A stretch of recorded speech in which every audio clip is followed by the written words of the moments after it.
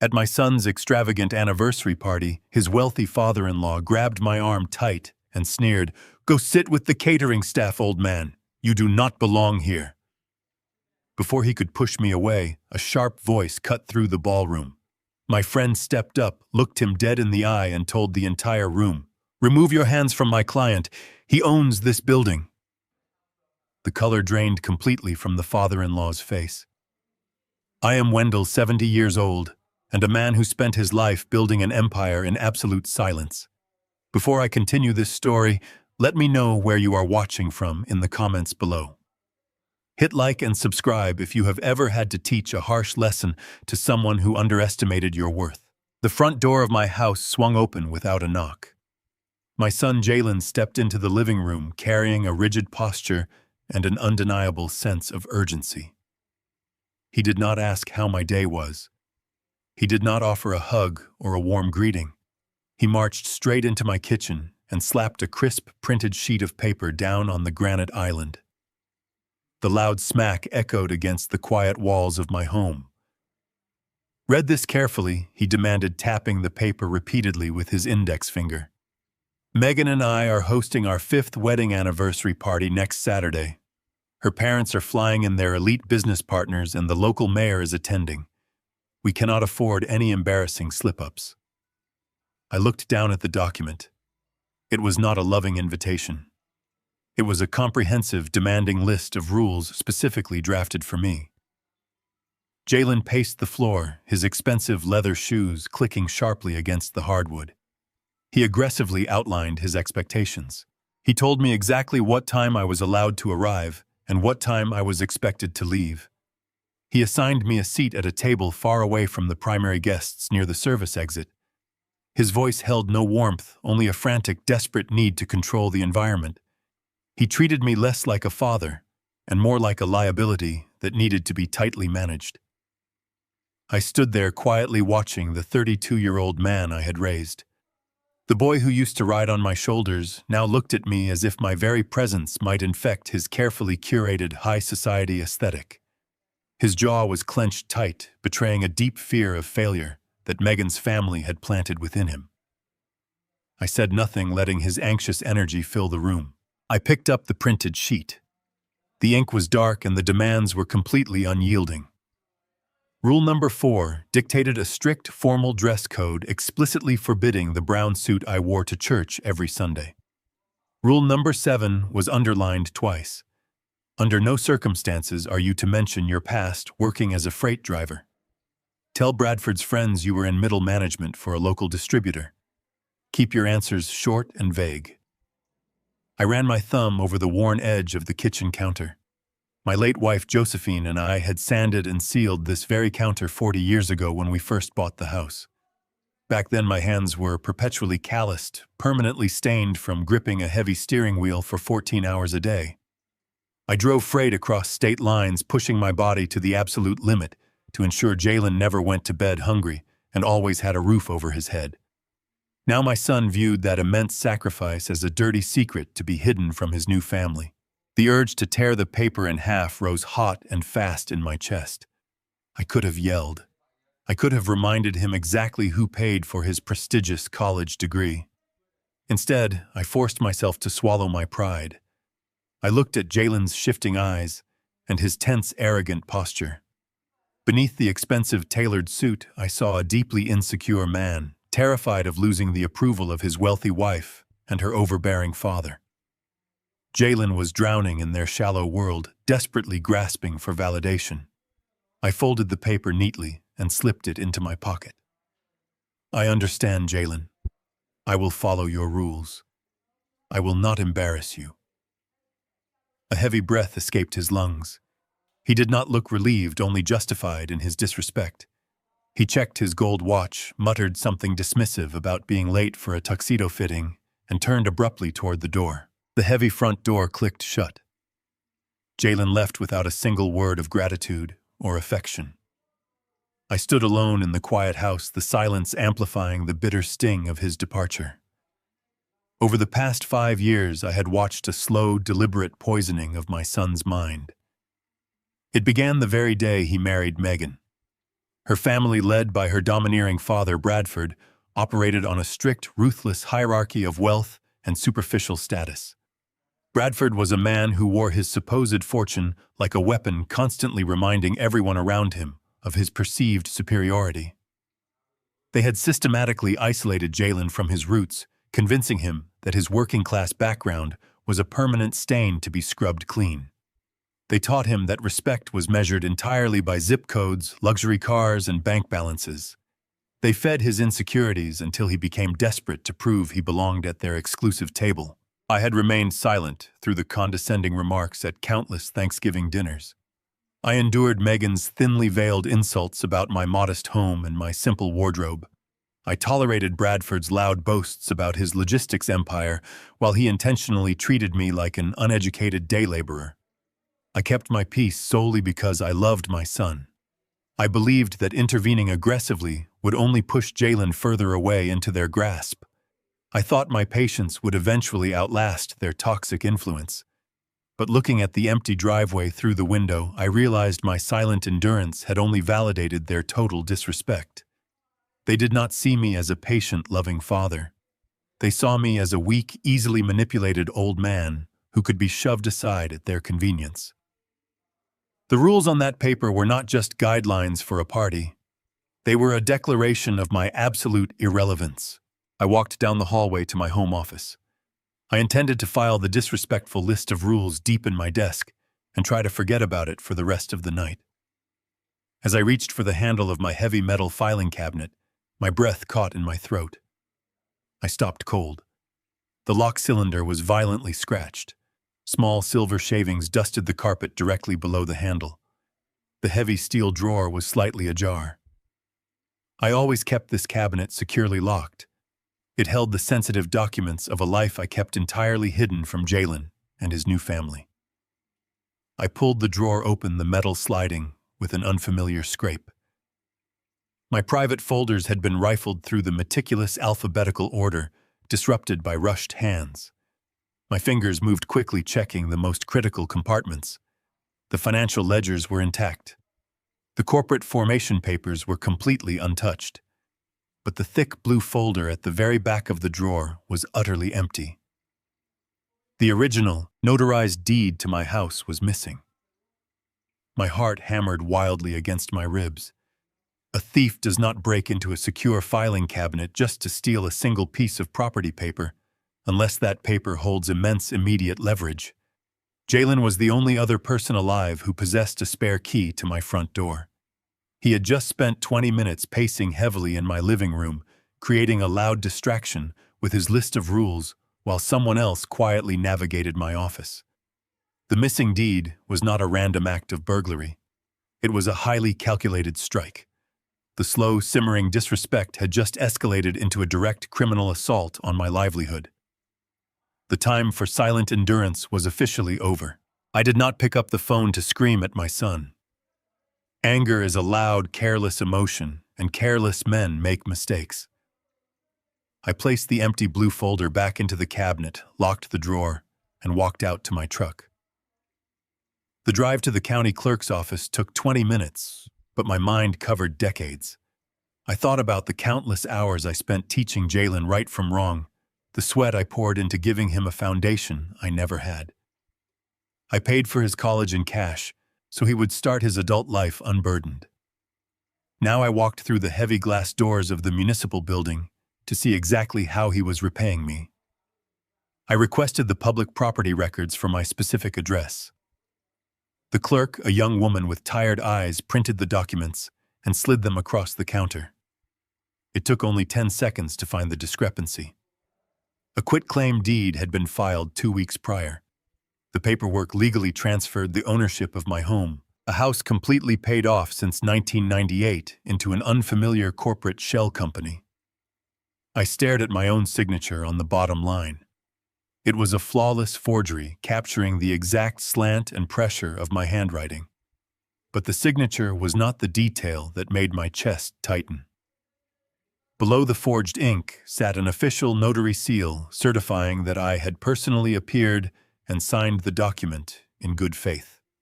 The stamp belonged to Jalen. My own flesh and blood had weaponized his state-issued authority to facilitate the theft of my home. He sold my sanctuary to please a family that looked down on him. I folded the document, thanked the clerk, and walked back out into the bright afternoon sun. The sadness was gone. Cold, absolute clarity replaced it. I bypassed my quiet suburban neighborhood and drove straight into the heart of the financial district. I pulled my old pickup into the underground parking garage of a sleek glass high-rise. The receptionist on the 40th floor recognized me immediately and ushered me directly into the corner office without a word. Mitchell stood up from behind his expansive mahogany desk. Mitchell was a shark in a tailored suit, a brilliant corporate litigator who had been by my side for over 20 years. He was one of the very few people on Earth who actually knew the absolute truth about my net worth. Jalen always believed I was merely a retired freight driver scraping by on a modest pension, counting pennies to pay for groceries. He never knew that I eventually stopped driving the trucks and started buying them. He never knew I spent decades slowly building a massive regional supply chain network, from nothing securing lucrative government contracts and dominating the regional routes. 10 years ago, Mitchell sat in this exact office and helped me finalize the sale of my logistics empire to a national conglomerate for $40 million. I kept the wealth entirely hidden in private trusts because I wanted Jalen to build his own character, to earn his own way without relying on a massive inheritance. I wanted him to value hard work over easy money. I failed.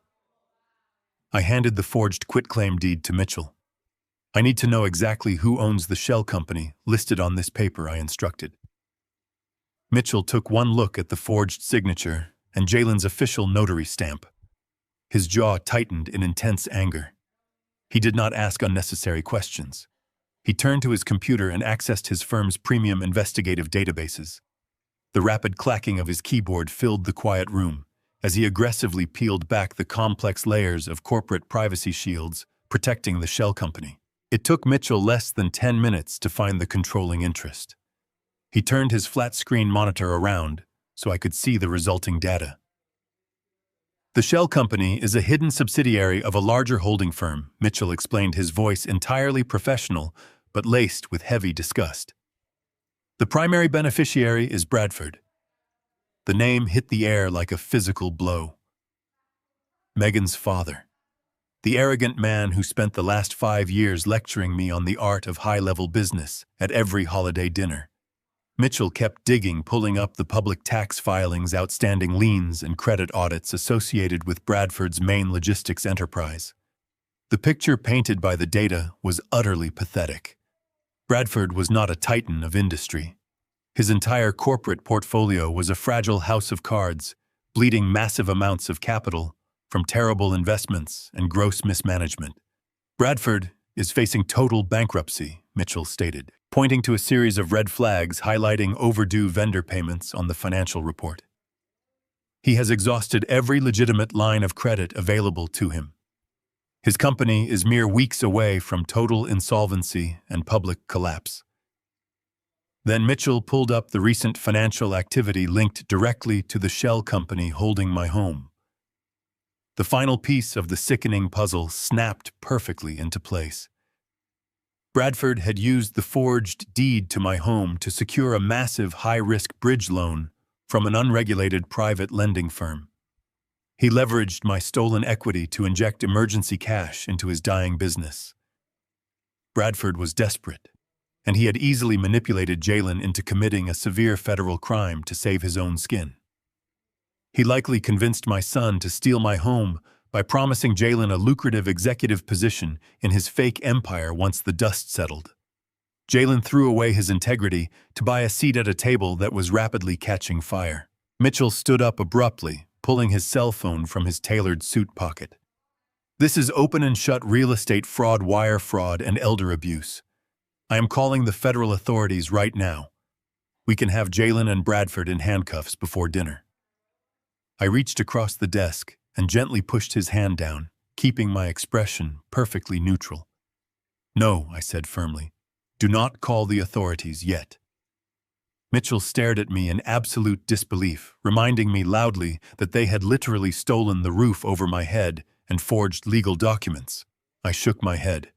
If we arrest them now, they will claim it was an administrative misunderstanding.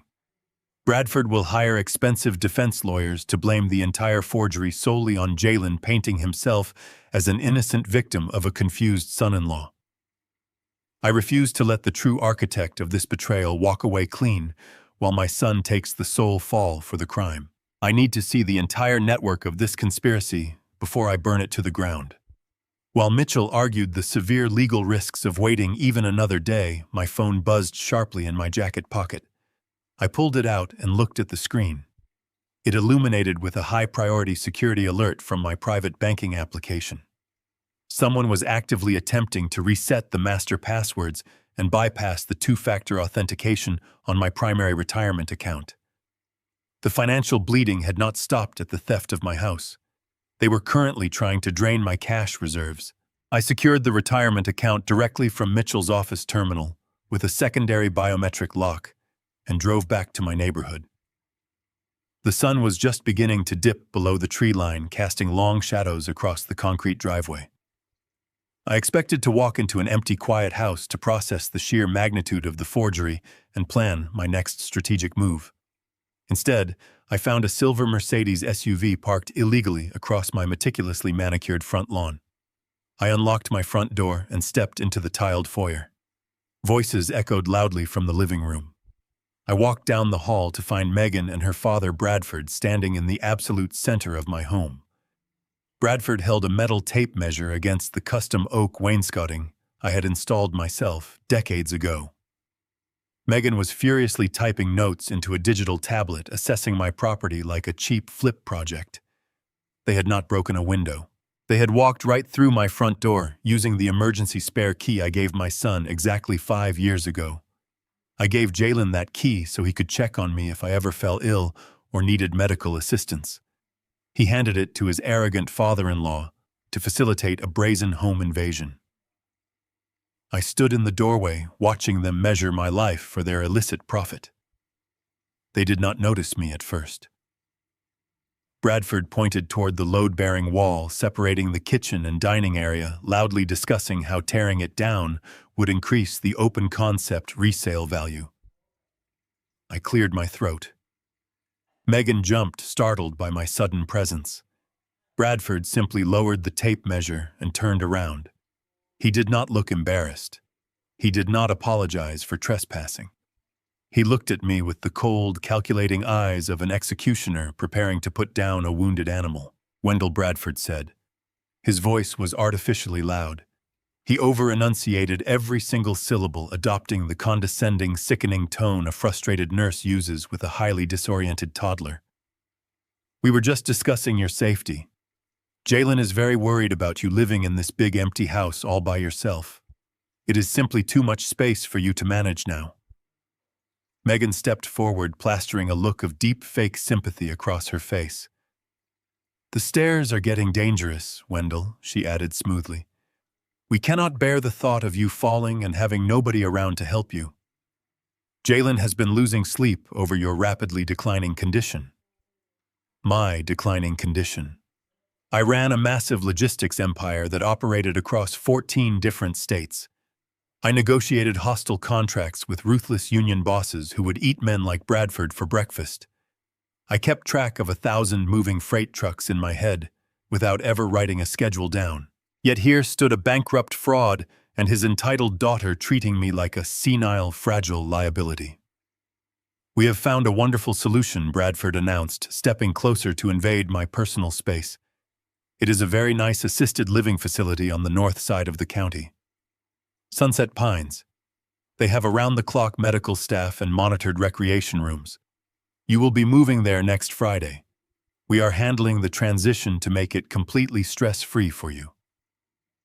I recognized the name Sunset Pines immediately. It was a notoriously underfunded state ward with an abysmal reputation. It was a bleak, miserable warehouse for the forgotten elderly, a place where people were heavily medicated and left to wither away in front of blaring televisions. Bradford was not sending me to a luxury retirement community. He was sending me to a miserable prison so he could rapidly liquidate my home to pay off his toxic commercial loans. He needed me out of the way, and he needed it done fast. The urge to grab Bradford by the tailored collar of his shirt and throw him forcefully through my front door burned fiercely in my chest.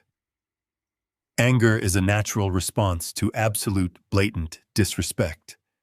But anger in this specific moment would be a fatal tactical error. I executed my silent adjustment. I let my broad shoulders slump forward instantly, shedding 2 inches from my height to appear frail. I relaxed my jaw, dulling the sharp focus in my eyes to mimic profound fatigue and confusion. I reached out to grip the back of a floral armchair and allowed my left hand to develop a slight, noticeable tremor. Bradford and Megan watched me closely. I saw the arrogant, undeniable satisfaction wash over their faces as they registered my physical submission. "You really think it is time?" I asked, forcing my vocal cords to waver softly.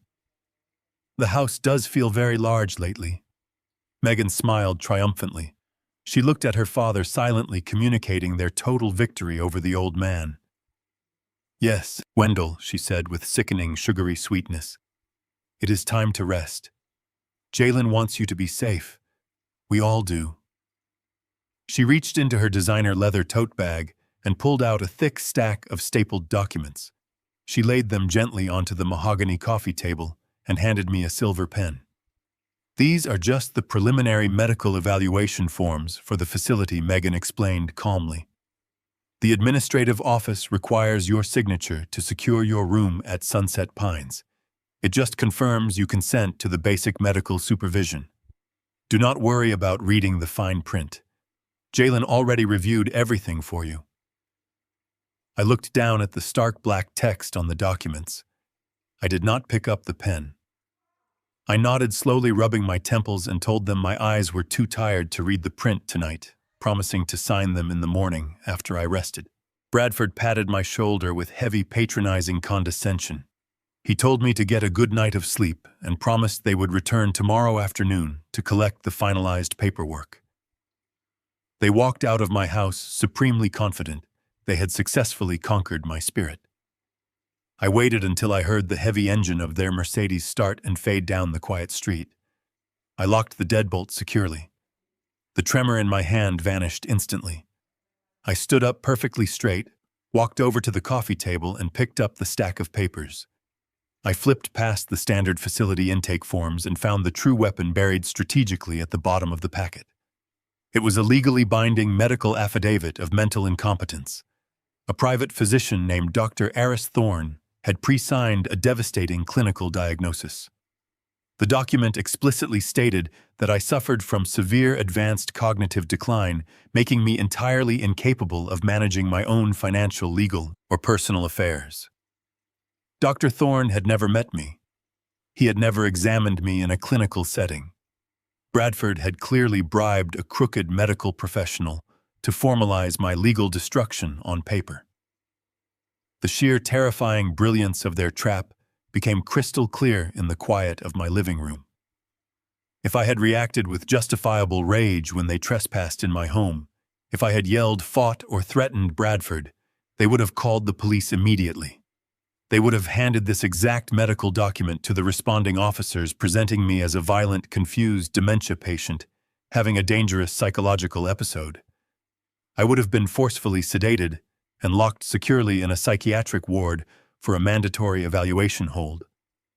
My righteous anger would have legally stripped away my civil rights. They were banking on my pride to trigger my absolute downfall. To defeat an enemy who weaponizes the medical and legal systems, I had to completely outmaneuver their fabricated reality. I picked up my phone to call Mitchell. The real war required ironclad, undeniable ammunition. I did not sleep that night. I sat in the dark living room formulating a defensive strategy against an enemy who intended to erase my entire legal existence. At dawn, I made 3 phone calls. I bypassed the standard medical scheduling systems and utilized my private wealth management concierge to secure immediate emergency appointments with the 3 most distinguished board-certified neurologists in the state. I paid entirely out of pocket in cash, demanding their absolute priority. By 9 o'clock in the morning, I was sitting in a sterile examination room. I endured grueling hours of comprehensive cognitive testing. They mapped my brain function, evaluated my memory retention, and scrutinized my psychological stability.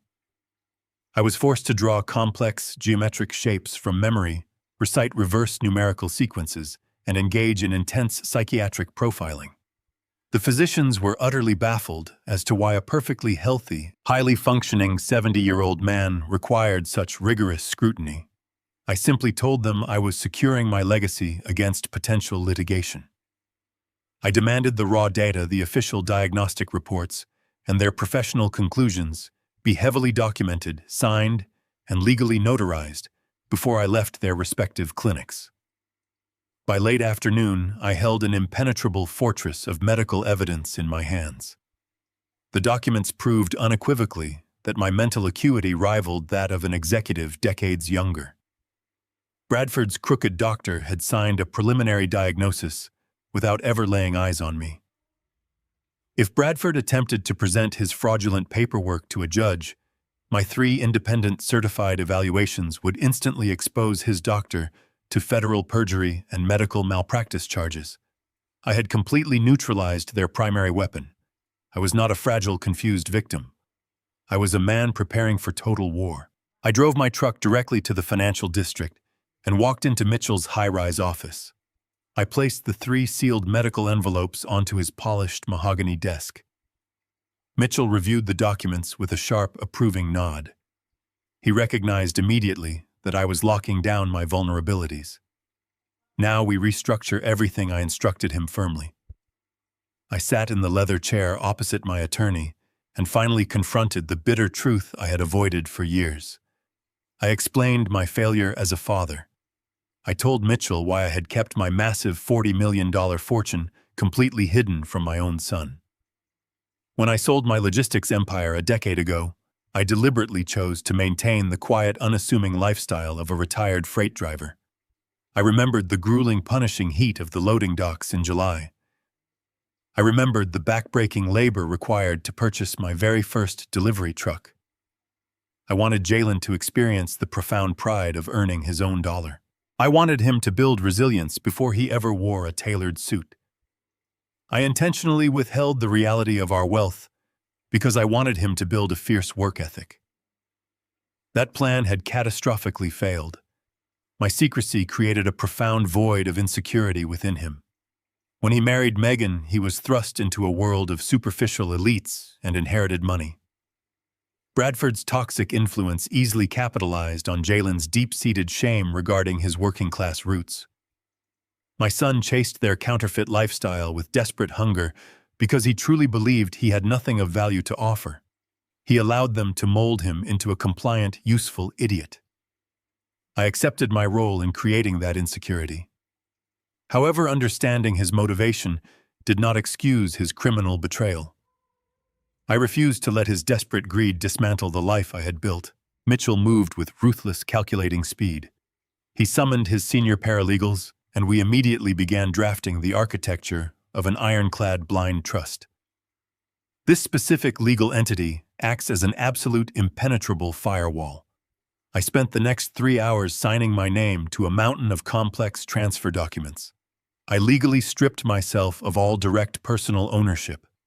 Every single dollar in my hidden investment portfolios, every piece of commercial real estate I retained, and the massive liquid cash reserves from the company sale were shifted permanently into the corporate trust. Finally, we executed the transfer of the very house I lived in. The property Bradford and Megan had arrogantly measured the day before no longer belonged to Wendell the individual. It now belonged entirely to an anonymous corporate entity where I remained the sole protected trustee. The legal trap was set with flawless precision. Bradford believed he had cleverly stolen a highly lucrative piece of real estate to save his bankrupt logistics empire. He believed the forged quitclaim deed Jalen notarized gave him instant equity. In reality, Bradford had filed a fraudulent claim on a phantom asset. His forged document was now legally anchored to absolutely nothing. If he attempted to leverage that deed with his underground private lenders, the entire transaction would instantly collapse into federal bank fraud. I had completely severed his lifeline. We were finalizing the final pages of the trust agreement when the quiet atmosphere of the office was abruptly broken. Mitchell's secure computer terminal chimed sharply with a high-priority alert. He frowned, his eyes scanning the rapid data scrolling across his monitor. He turned the screen toward me. The alert originated from the small, localized checking account I kept visibly active for my daily living expenses. It was the only account Jalen knew about, a remnant from his college days when I granted him secondary emergency access. Jalen was currently logged into the banking portal. He was actively initiating a wire transfer to drain $10,000 directly out of my account. Mitchell traced the routing numbers instantly. The destination was an elite high-end luxury catering service downtown. Jalen was not stealing money to pay off a desperate debt or cover a medical emergency. He was actively draining my personal survival funds to pay the massive deposit for his own extravagant high society anniversary party. The sheer audacity of the theft pushed the conflict to a terrifying new height. Jalen was stealing my livelihood to feed the very people plotting my institutionalization. Mitchell blocked the unauthorized withdrawal attempt with a single keystroke. The digital theft was thwarted before a single cent left my account. Less than 2 minutes later, my cell phone vibrated violently against Mitchell's polished mahogany desk. The caller ID displayed Jalen's name. He had realized his silent electronic theft failed and was immediately pivoting to his backup plan. I answered the call and brought the phone to my ear. I did not hear a standard greeting. I heard a masterclass in emotional manipulation. Jalen was hyperventilating, forcing wet, ragged sobs into the receiver. He sounded like a man whose entire world had just collapsed. I stayed perfectly silent, letting him perform his rehearsed tragedy. He choked out a frantic story about driving down the interstate. He claimed his luxury sedan suffered a catastrophic transmission failure right in the middle of heavy traffic. He painted a vivid, pathetic picture of standing on the side of a busy highway, terrified and stranded in the heat. The lie became highly specific to add urgency. He told me the towing company and the specialized mechanic demanded exactly $10,000 to replace the entire transmission block by tomorrow morning. He escalated the panic by dragging his professional career into the fiction. He cried that if he missed his crucial client meeting tomorrow, the regional director would fire him on the spot, ruining his life forever. He begged me to save his livelihood. He begged me to save his dignity. 5 years ago, hearing my son cry would have sent me into a blind panic. I would have moved mountains to rescue him.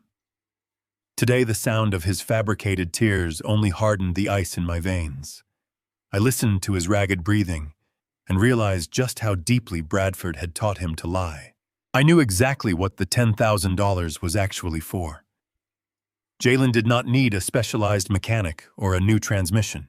He needed to cover the exorbitant catering and venue deposit for the anniversary party he and Megan were hosting to impress Bradford's elite circle. I executed my silent adjustment effortlessly. I softened my voice, projecting the warm, gullible concern of a frightened father who wanted nothing more than to protect his boy. I told him to take a deep breath and calm his racing heart. I promised him that everything would be entirely fine and that I would never let him lose his job over a simple car breakdown. I instructed him to wait safely by his vehicle and assured him the money would be in his account within 10 minutes. Jalen let out a loud theatrical sigh of relief, thanking me profusely and praising my generosity before hanging up. I lowered the phone and looked directly at Mitchell across the desk. Mitchell's hands hovered over his computer keyboard, waiting for my final directive. I did not authorize a standard transfer from my personal checking account. If I simply gave him my own money, it was merely a family dispute over a financial gift. That was not the architectural foundation I needed for my counterstrike. I instructed Mitchell to route the $10,000 specifically through one of the newly established corporate trust accounts. This particular account was heavily flagged and monitored by federal banking regulations due to its high-level commercial status. By actively requesting and receiving money from a registered corporate entity under deliberately false pretenses, Jalen was no longer just lying to his elderly father. He was officially committing corporate wire fraud. Mitchell typed rapidly, establishing an undeniable federally tracked paper trail that locked the money to the lie.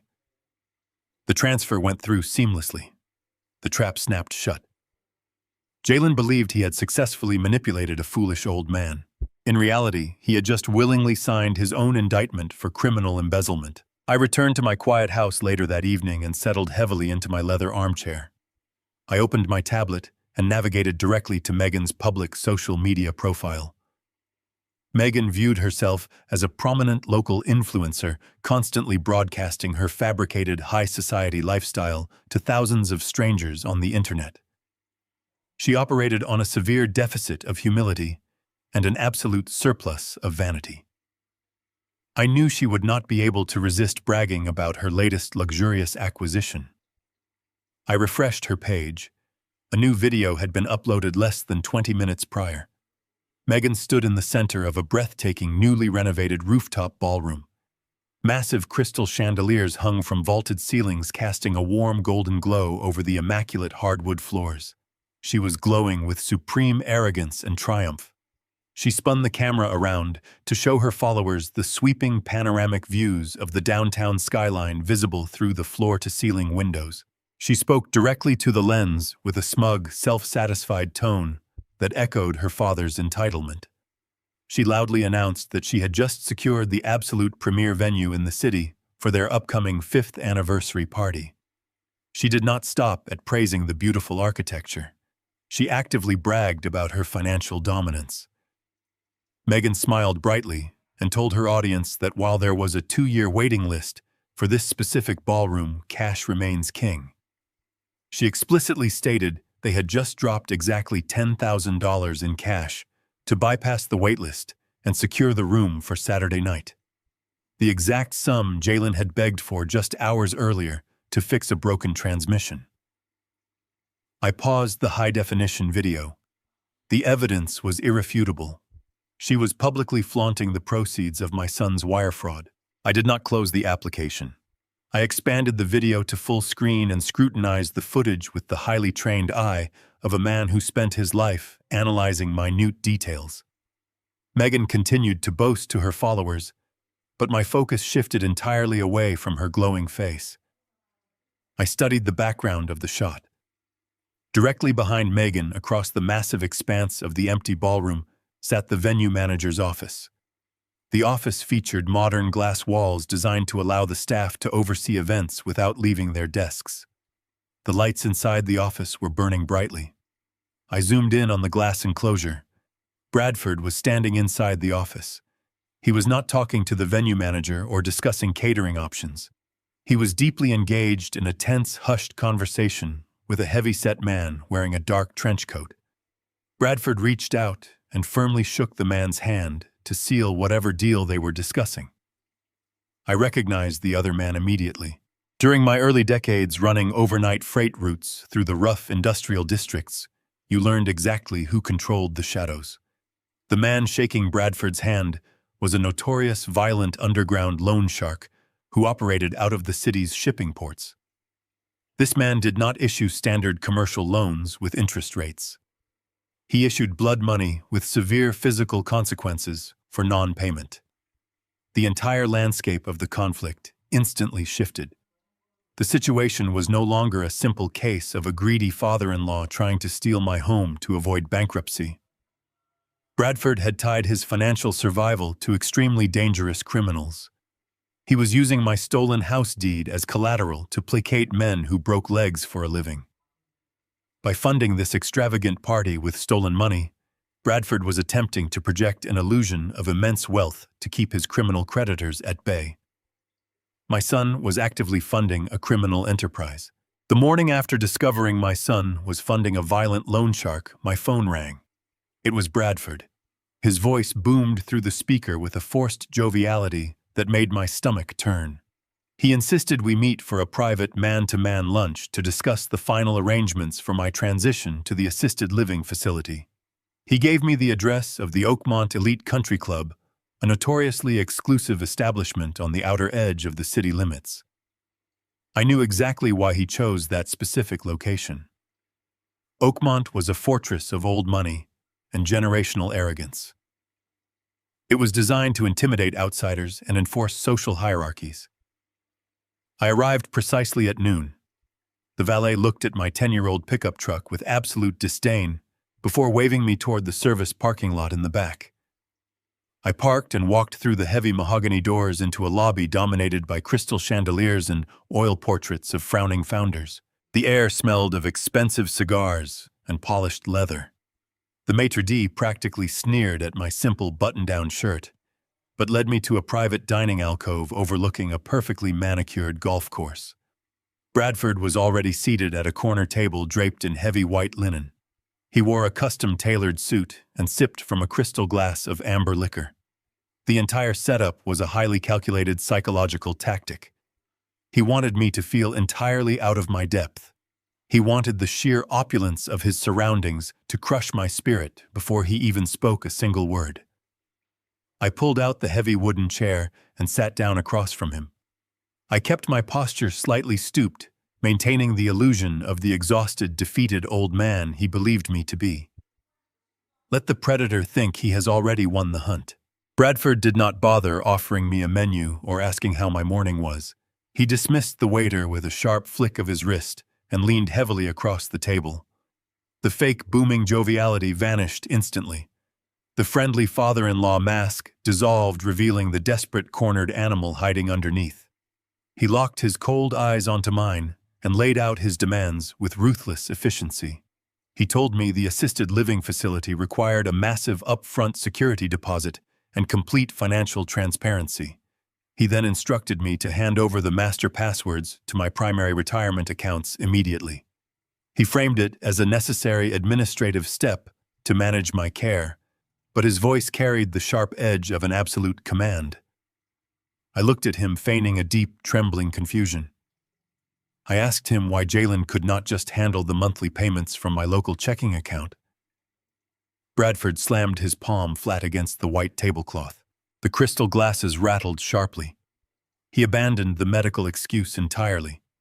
He leaned in closer, his breath reeking of expensive bourbon and cheap desperation. He told me my checking account was a pathetic joke, and he knew I had a substantial nest egg hidden away in corporate mutual funds. He demanded direct, unfiltered access to every single dollar I owned.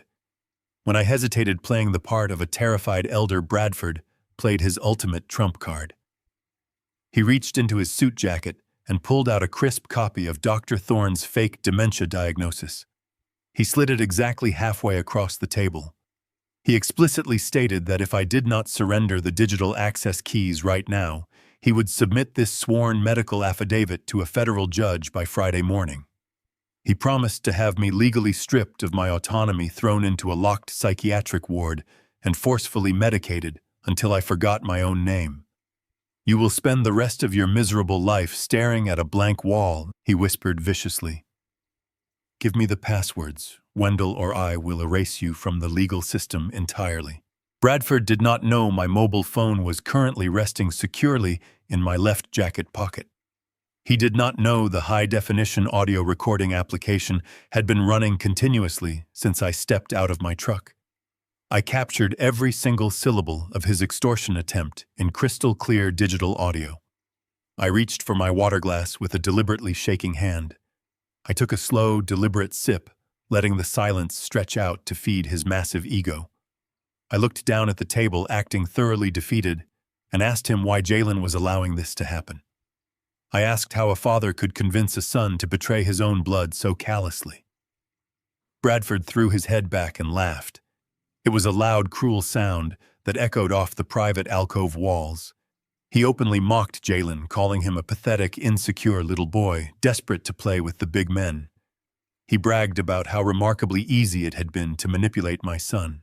Bradford admitted that he simply dangled the promise of an executive vice president title at his logistics firm, and Jalen eagerly abandoned his morals. He laughed about how Jalen practically tripped over himself to forge the notary stamp on the house deed just to secure Megan's approval. "Your son is a useful idiot," Bradford sneered, swirling the liquor in his glass. "He wants so badly to be a part of high society that he gladly handed me the keys to your entire life. You raised a weak, spineless coward, Wendell. He sold you out for a country club membership and a fancy job title that does not even exist." I let the digital recorder absorb his arrogant confession, silently capturing the absolute proof of his malicious conspiracy. Bradford finished his drink and set the heavy crystal glass down with a definitive thud. He reached back into his tailored jacket and produced a second document heavily bound in a blue legal folder. He pushed it across the linen tablecloth until it rested directly in front of my hands. I did not need to read the fine print to know exactly what it was. It was a finalized, ironclad power of attorney agreement. The document officially surrendered every legal right, every financial decision, and every medical choice I possessed directly to Bradford. It was the absolute total surrender of my life. You have exactly 48 hours to sign this paper and hand over those account passwords. Bradford stated, his tone dropping into a deadly serious register. If this document is not on my desk by noon on Friday, I will file the medical affidavit. The state will drag you out of your house in a straitjacket. You will lose your home. You will lose your savings. You will lose your freedom. Sign the paper, old man, and I will make sure they give you a room with a window at Sunset Pines. Defy me, and I will bury you so deep you will never see the sun again. He stood up, adjusted his expensive tie, and walked out of the dining room without looking back. He left me sitting alone at the table with the forged documents and the audio recording resting silently in my pocket. Bradford believed he had just delivered a fatal checkmate. He thought he had completely cornered a weak, terrified victim. He did not realize he had just handed a loaded weapon to a man who had already purchased his execution block.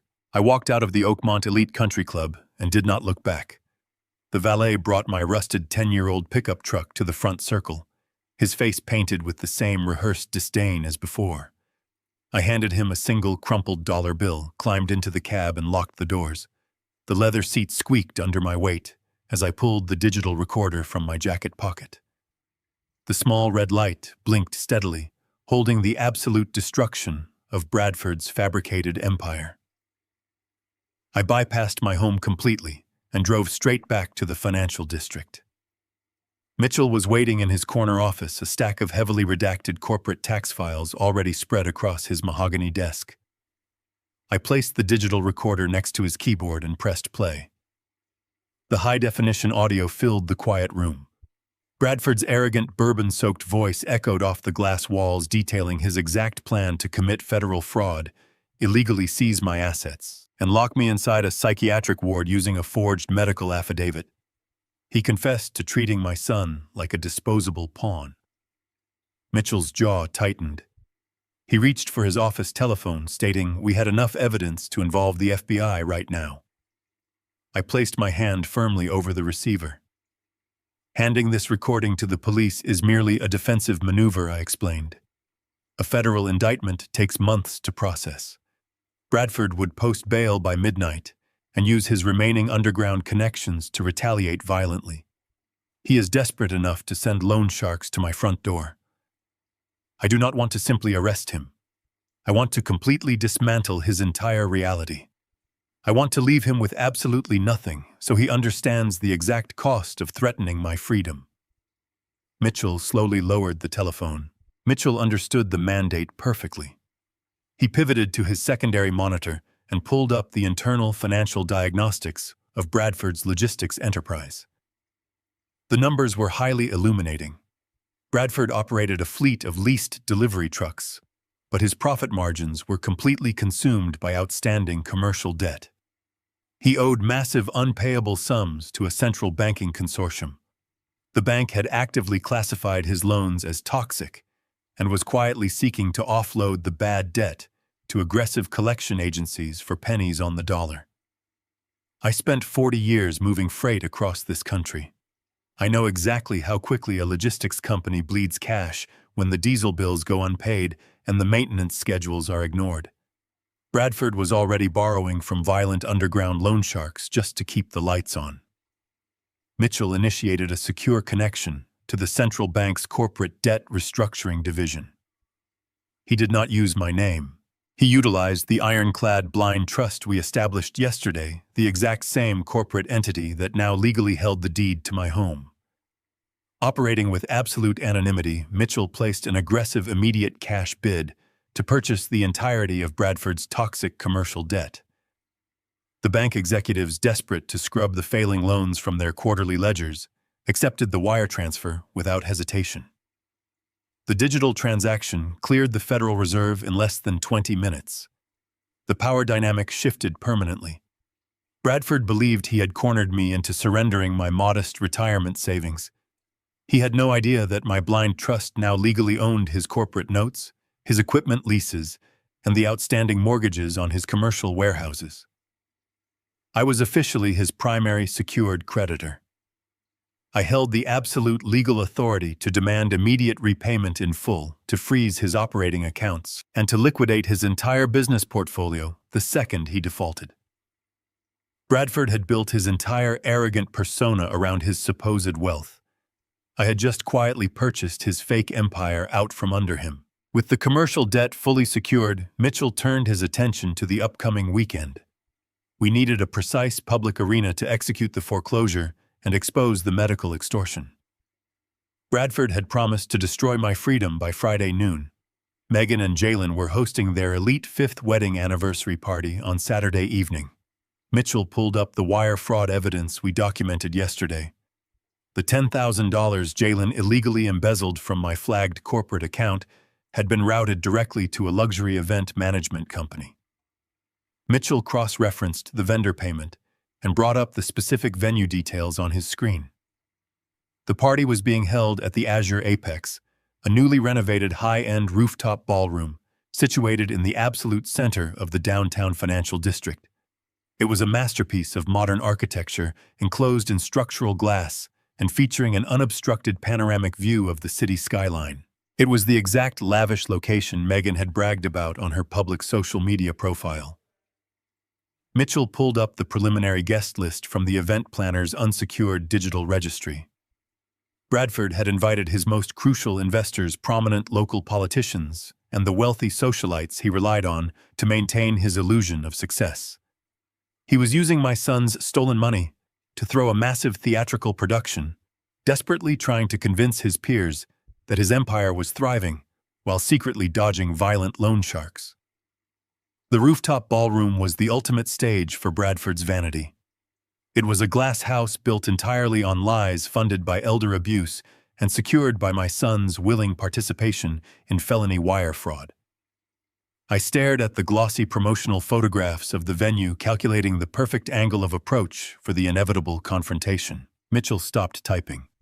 He stared at the screen for a long, silent moment. A slow, incredibly sharp smile spread across his face. It was the predatory smile of a master litigator who had just discovered the ultimate leverage. He leaned back in his leather chair, opened his heavy leather briefcase, and pulled out a thick stack of finalized real estate acquisitions. He placed a pristine gold-embossed property deed directly on top of Bradford's recorded confession. I looked down at the paperwork. Mitchell tapped the address line with his expensive fountain pen. 6 months ago, I instructed Mitchell to aggressively diversify my hidden $40 million portfolio by acquiring prime commercial real estate in the downtown sector. My blind trust had recently finalized the buyout of a massive architectural conglomerate. The documents sitting on Mitchell's desk confirmed the structural payoff of that quiet investment. The Azure Apex Ballroom did not just lease space in a high-rise. The entire glass tower, including the event management company, the catering facilities, and the security infrastructure, belonged to the real estate conglomerate. That conglomerate belonged entirely to my blind trust. Bradford was hosting his elite high society gala to flaunt his fake wealth. He was using money stolen from my bank account to pay the deposit. But the venue itself, the very floors he intended to walk on, and the glass walls he intended to boast in front of belonged entirely to me. I owned the building. I owned the security team. I controlled the environment. The rules Jalen had printed out and slapped onto my kitchen counter were now completely void. I was not going to hide near the service exit in a faded suit. I was going to walk into my own property and systematically dismantle the men who tried to erase my existence. Friday evening arrived with a heavy, suffocating humidity. I sat in the center of my living room waiting. The familiar click of the front door lock breaking the silence signaled Jalen's arrival. He did not knock. He simply pushed the door open, struggling slightly, to maneuver a large stack of flattened cardboard boxes through the entryway. He dropped the heavy cardboard onto the hardwood floor with a loud, careless thud. He wore a crisp, casual linen shirt, trying to project an aura of a helpful son dropping by for a friendly Friday visit. He forced a bright, entirely hollow smile and rubbed his hands together. He told me Megan thought it would be a wonderful idea to spend the evening helping me declutter the living room. He claimed the house was getting too cramped and removing some old knickknacks would give me more space to breathe. The lie rolled off his tongue with sickening fluidity. He did not stutter. He did not avoid my gaze. He simply presented a fabricated reality with absolute conviction. I remained seated in my leather armchair, watching the sheer, calculated cruelty of his performance. He was not here to organize my living space. He was actively packing my belongings to prepare for my forced eviction on Monday morning. Bradford had ordered him to expedite the transition to Sunset Pines, and my son was dutifully executing the command. He retrieved a roll of heavy packing tape from his pocket and began assembling the boxes. The sharp, tearing sound of the adhesive tape filled the quiet house. Every rip felt like a deliberate tear in the fabric of our family history.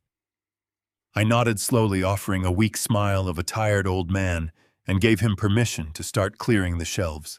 Jalen moved through the living room with ruthless efficiency. He did not examine the items he was boxing away. He simply swept them from their resting places and deposited them into the cardboard void. He cleared the porcelain figurines Josephine had collected from antique stores during our cross-country road trips. He dumped my favorite hardback books on top of them without a second thought. The true conflict ignited when he reached the stone mantel above the fireplace. He grabbed the silver-framed photograph of Josephine and me standing in front of my very first purchased freight truck. He grabbed the oval frame holding her final portrait before she passed away. He did not look at her face. He did not pause to wrap the delicate glass in protective paper. He carelessly tossed both frames into the half-full box. I heard the sharp, unmistakable sound of glass cracking against porcelain. The sound echoed painfully in my chest. My grip tightened on the armrests of my chair.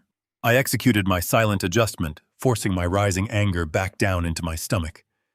I took a slow, deep breath to steady my vocal cords. "Jalen," I said, letting my voice cut clearly through the noise of his packing. He stopped, his hand hovering over another picture frame. "Look at me for a moment. I need to ask you something important." He turned around, annoyance briefly flashing across his features, before he reassembled his fake smile. I looked directly into his eyes, piercing through the expensive clothes and the arrogant posture. "Is this high society lifestyle actually making you happy?" I asked the question, without a hint of malice, completely stripping away any judgment. I asked it as a father trying to locate the soul of his child. The roll of packing tape slipped from his fingers and hit the carpet with a dull thud. For a fraction of a second, the immaculate armor cracked. Jalen froze, staring at me, utterly incapable of maintaining the charade. His shoulders dropped. The arrogant light vanished from his eyes, replaced by a profound, suffocating exhaustion. He looked like a man drowning in a shallow pool. He opened his mouth, and the truth spilled out in a rushed, quiet confession. He admitted the pressure was entirely crushing. He confessed that Megan's demands for luxury were endless, and Bradford's expectations were impossible to meet. He described the agonizing stress of constantly pretending to be a wealthy executive while secretly terrified of being exposed as a fraud. The vulnerability was real raw and deeply painful to witness. I thought for a fleeting moment he might break down and ask for my help to escape their grip. But the moment died instantly. His posture stiffened. The vulnerability hardened into bitter defensive anger. He picked up the tape and pointed it at me like a weapon. He raised his voice aggressively, justifying his betrayal. He told me he refused to end up a nobody. He stated he refused to spend his entire life invisible and unrespected, grinding away for pennies just to maintain a false sense of pride. He declared that Bradford's world was the only world that mattered, and he was securing his legacy at all costs. I looked at the broken glass in the cardboard box and realized the tragic truth. He equated my honest, hard-working life with being a complete failure. Jalen was too far gone. Words could no longer pull him back from the edge. Jalen finished sealing the first 4 boxes. He stacked them neatly near the front door, wiped his hands on his expensive trousers, and delivered a rushed, dismissive goodbye. He instructed me to get a good night of sleep and reminded me to arrive at the rooftop ballroom exactly at the designated time tomorrow evening. The front door clicked shut, locking the silence back inside my home. I stood up from my armchair. The posture of the frail, tired old man vanished immediately. I walked into my home office, bypassed the violated filing cabinet, and picked up my secure mobile phone. I dialed a private unlisted number that bypassed the standard reception desk. The call connected directly to the executive management director of the real estate conglomerate that owned the Azure Apex building. The director answered promptly, recognizing my trusted clearance code. I did not engage in pleasantries. I issued a very strict, highly coordinated set of security directives for the upcoming Saturday night event. I explicitly commanded the director to lock down all external service elevators to the rooftop at exactly 9 o'clock. I ordered him to station my personal private security guards at the primary ballroom doors, replacing the standard venue bouncers. Finally, I established a direct line of communication with the audiovisual technician in the main control booth. I instructed the technician to prepare to cut the entire ballroom sound system completely dead upon receiving my specific visual signal.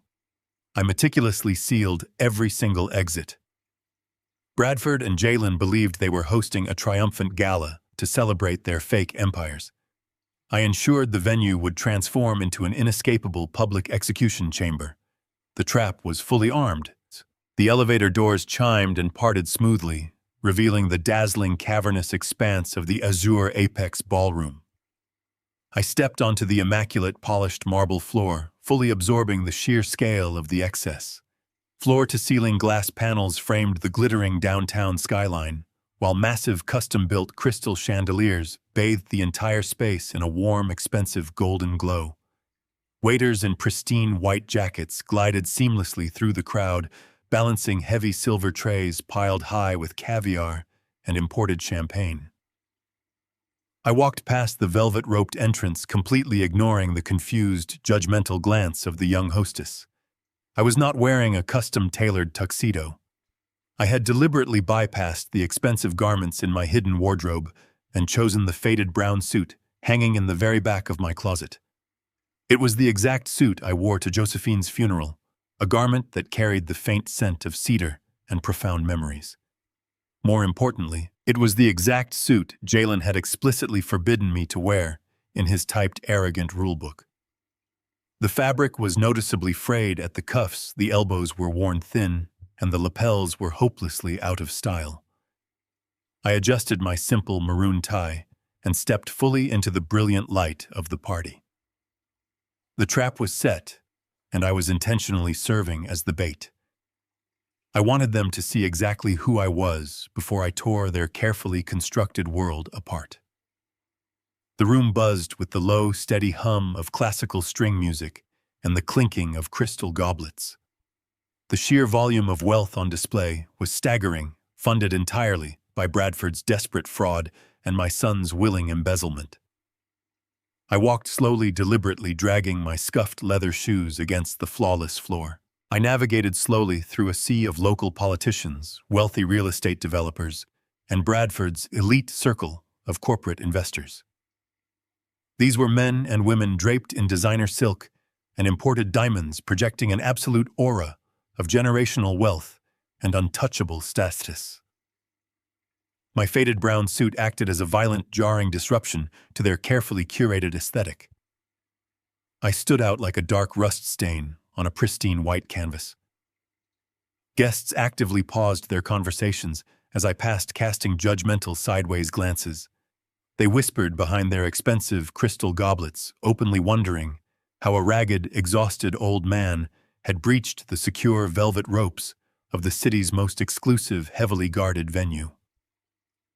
I did not shrink under their intense scrutiny.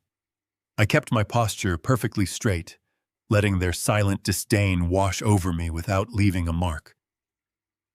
I moved toward the center of the room and positioned myself directly beside the towering 10-tier champagne fountain. It was the glittering visual centerpiece of the gala, the exact spot where the hosts were guaranteed to look. It took less than 3 minutes for the inevitable collision. Through the shifting, elegantly dressed crowd, I caught sight of Megan.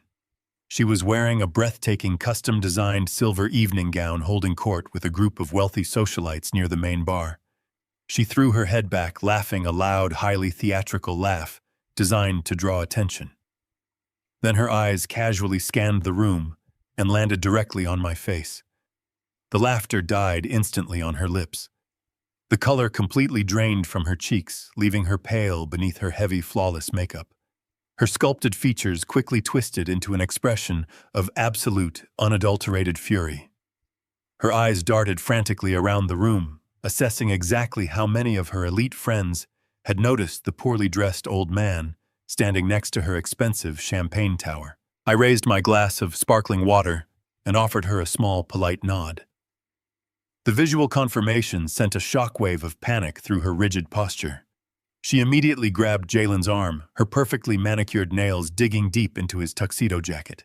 Megan stormed aggressively across the ballroom floor, dragging Jalen firmly by the elbow. She moved with a rigid, furious energy, her silver gown sweeping violently against the polished marble. She stopped mere inches from my chest, deliberately invading my personal space to ensure her voice remained a venomous, contained whisper. She demanded to know what on earth I was doing here, dressed like a homeless vagrant. She angrily questioned why I had completely ignored the explicit, detailed dress code Jalen had specifically provided for me. I looked calmly into her furious eyes and replied that I was simply wearing my best suit to celebrate my only son's 5th anniversary. Megan gritted her teeth, her entire body trembling with contained, explosive rage. She accused me of deliberately trying to humiliate them in front of the most important, influential people in the entire city. She explicitly ordered me to turn around, walk through the hidden service doors, and hide in the catering kitchen immediately. She hissed that my very presence was actively ruining her social image just by standing in the light. Throughout her entire vicious, degrading tirade, Jalen did not utter a single word of protest. He stood slightly behind his wife, his shoulders heavily slumped in absolute defeat. I looked directly at my son, waiting for him to intervene, waiting for him to defend his father against this blatant disrespect. Jalen simply stared intently at his polished designer shoes. He shifted his weight nervously from side to side, completely refusing to meet my gaze. The cowardice was absolute and sickening. He had fully surrendered his dignity, his loyalty, and his family to maintain his fragile grip on this counterfeit lifestyle. I realized in that terrible moment that my son was truly gone, swallowed whole by the toxic environment he had so desperately sought to join. The tense, quiet standoff by the champagne fountain did not go unnoticed.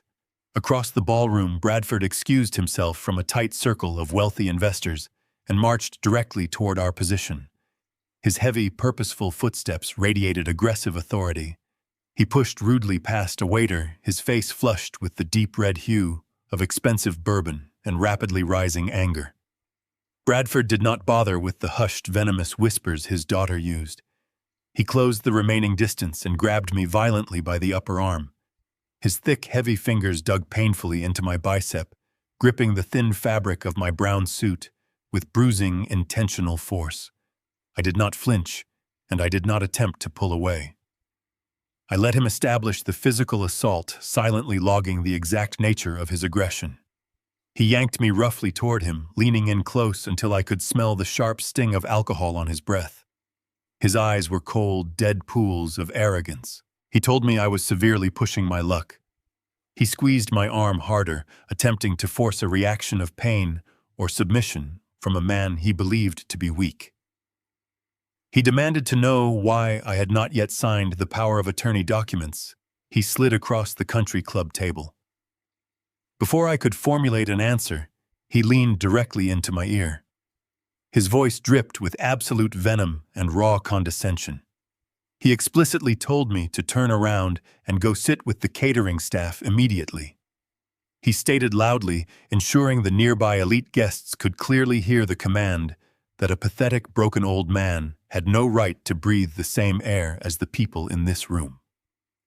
"Go hide in the back, old man," Bradford sneered, giving my arm one final violent shove.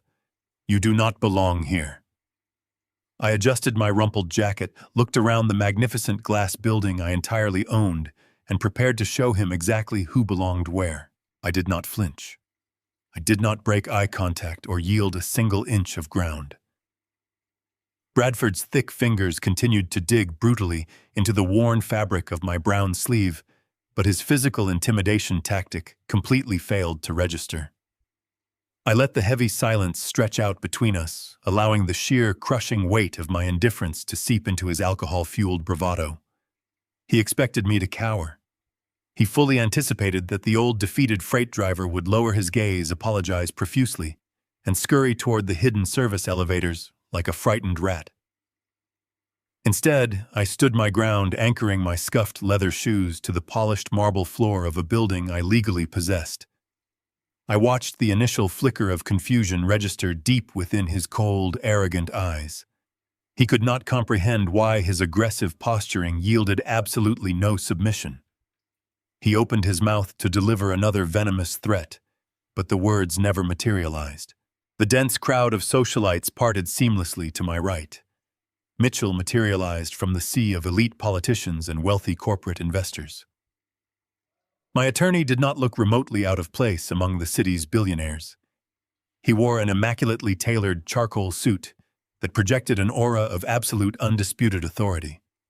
He moved with the calculated predatory grace of a man who held the power to destroy financial empires with a single signature. He cut a direct, unyielding path toward our position near the Champagne Tower, his sharp eyes locked onto Bradford's aggressive grip. The surrounding guests instinctively stepped back, sensing the immediate dangerous shift in the atmospheric pressure. Mitchell did not pause to introduce himself or offer a polite social greeting. He closed the final few feet of distance with aggressive, uninterrupted momentum. The trap I had so meticulously constructed was finally springing shut. Mitchell raised his right hand and struck Bradford's wrist with a sharp, forceful downward blow. The sudden, localized impact cracked like a whip over the ambient noise. It broke Bradford's violent grip instantly. Bradford stumbled backward a half step, letting out a sharp gasp of genuine shock and raw outrage. He cradled his wrist against his chest, his face twisting into a mask of pure, unadulterated indignation. Before Bradford could mount a physical counterattack or demand the nearby security personnel intervene, Mitchell dominated the acoustic space. He projected his voice with the highly trained, resonant baritone of a courtroom veteran accustomed to silencing opposition. The command echoed clearly across the immediate vicinity, cutting straight through the gentle hum of the classical string quartet. "Remove your hands from my client immediately," Mitchell ordered, his tone leaving absolutely zero room for debate. "You will not lay another finger on him." Bradford's face flushed a violent, dangerous shade of crimson. He puffed out his chest desperately, attempting to reassert his dominance in front of his wealthy peers. He demanded to know exactly who Mitchell was, and loudly threatened to have us both violently thrown out of the venue by the bouncers. Mitchell did not retreat a single inch.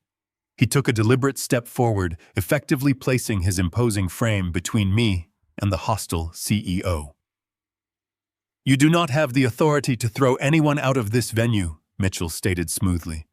The volume of his voice carried effortlessly to the surrounding circles of investors and politicians, commanding their absolute attention. My client owns this building. He owns the event management company handling your catering. He owns the security firm you are currently attempting to summon. You are standing directly on his property.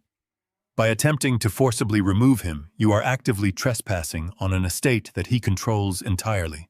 The words struck the marble floor like heavy iron anvils. The sheer absurdity of the statement delivered with such absolute, unwavering conviction paralyzed the immediate audience. Bradford's arrogant expression shattered into a million irreparable pieces. The violent crimson flush drained from his face in a matter of seconds, leaving behind a sickly chalk-white pallor. He stared at Mitchell, his mouth hanging slightly ajar, desperately trying to process the lethal financial information. His brain stalled, entirely unable to reconcile the image of the poorly dressed old man standing before him with the terrifying reality of a commercial real estate mogul. He looked down at my scuffed leather shoes, then cast his gaze up to the massive crystal chandeliers hanging above us, visually attempting to connect the two impossible extremes. Standing a few feet away, Megan realized the catastrophic social disaster unfolding around her. Her desperate, consuming need to protect her fabricated high society image completely overrode her common sense. She stepped forward quickly, tossing her hair back and letting out a loud, highly theatrical laugh. The sound was shrill, desperate, and completely devoid of any genuine humor. She turned toward the wealthy investors standing nearby, waving her hand dismissively in the air. She loudly proclaimed that my attorney was making a terrible, tasteless joke. She frantically insisted I was merely an eccentric, confused relative who enjoyed telling tall tales to gather attention at family events. She desperately tried to herd the local politicians back toward the main bar, offering them fresh champagne to distract them from the escalating confrontation. Her frantic social maneuvering failed instantly. The nearby guests did not laugh with her. They did not move toward the bar. They stopped talking entirely. The wealthy developers and corporate partners Bradford desperately needed to impress lowered their crystal goblets. They turned their full, undivided attention toward our standoff, their eyes darting rapidly between my faded brown suit and Bradford's pale, trembling face. The tension in the air became incredibly electric. I stepped out from behind Mitchell's protective stance. I did not need my attorney to shield me any longer.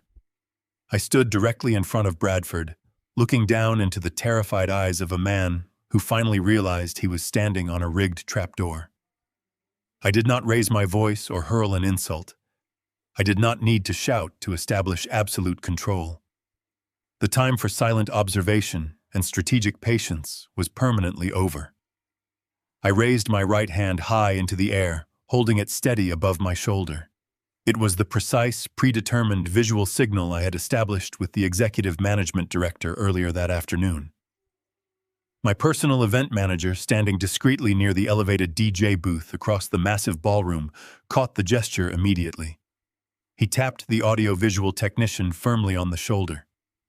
The technician pulled the master fader down in a single, swift motion. The classical string music was severed instantaneously.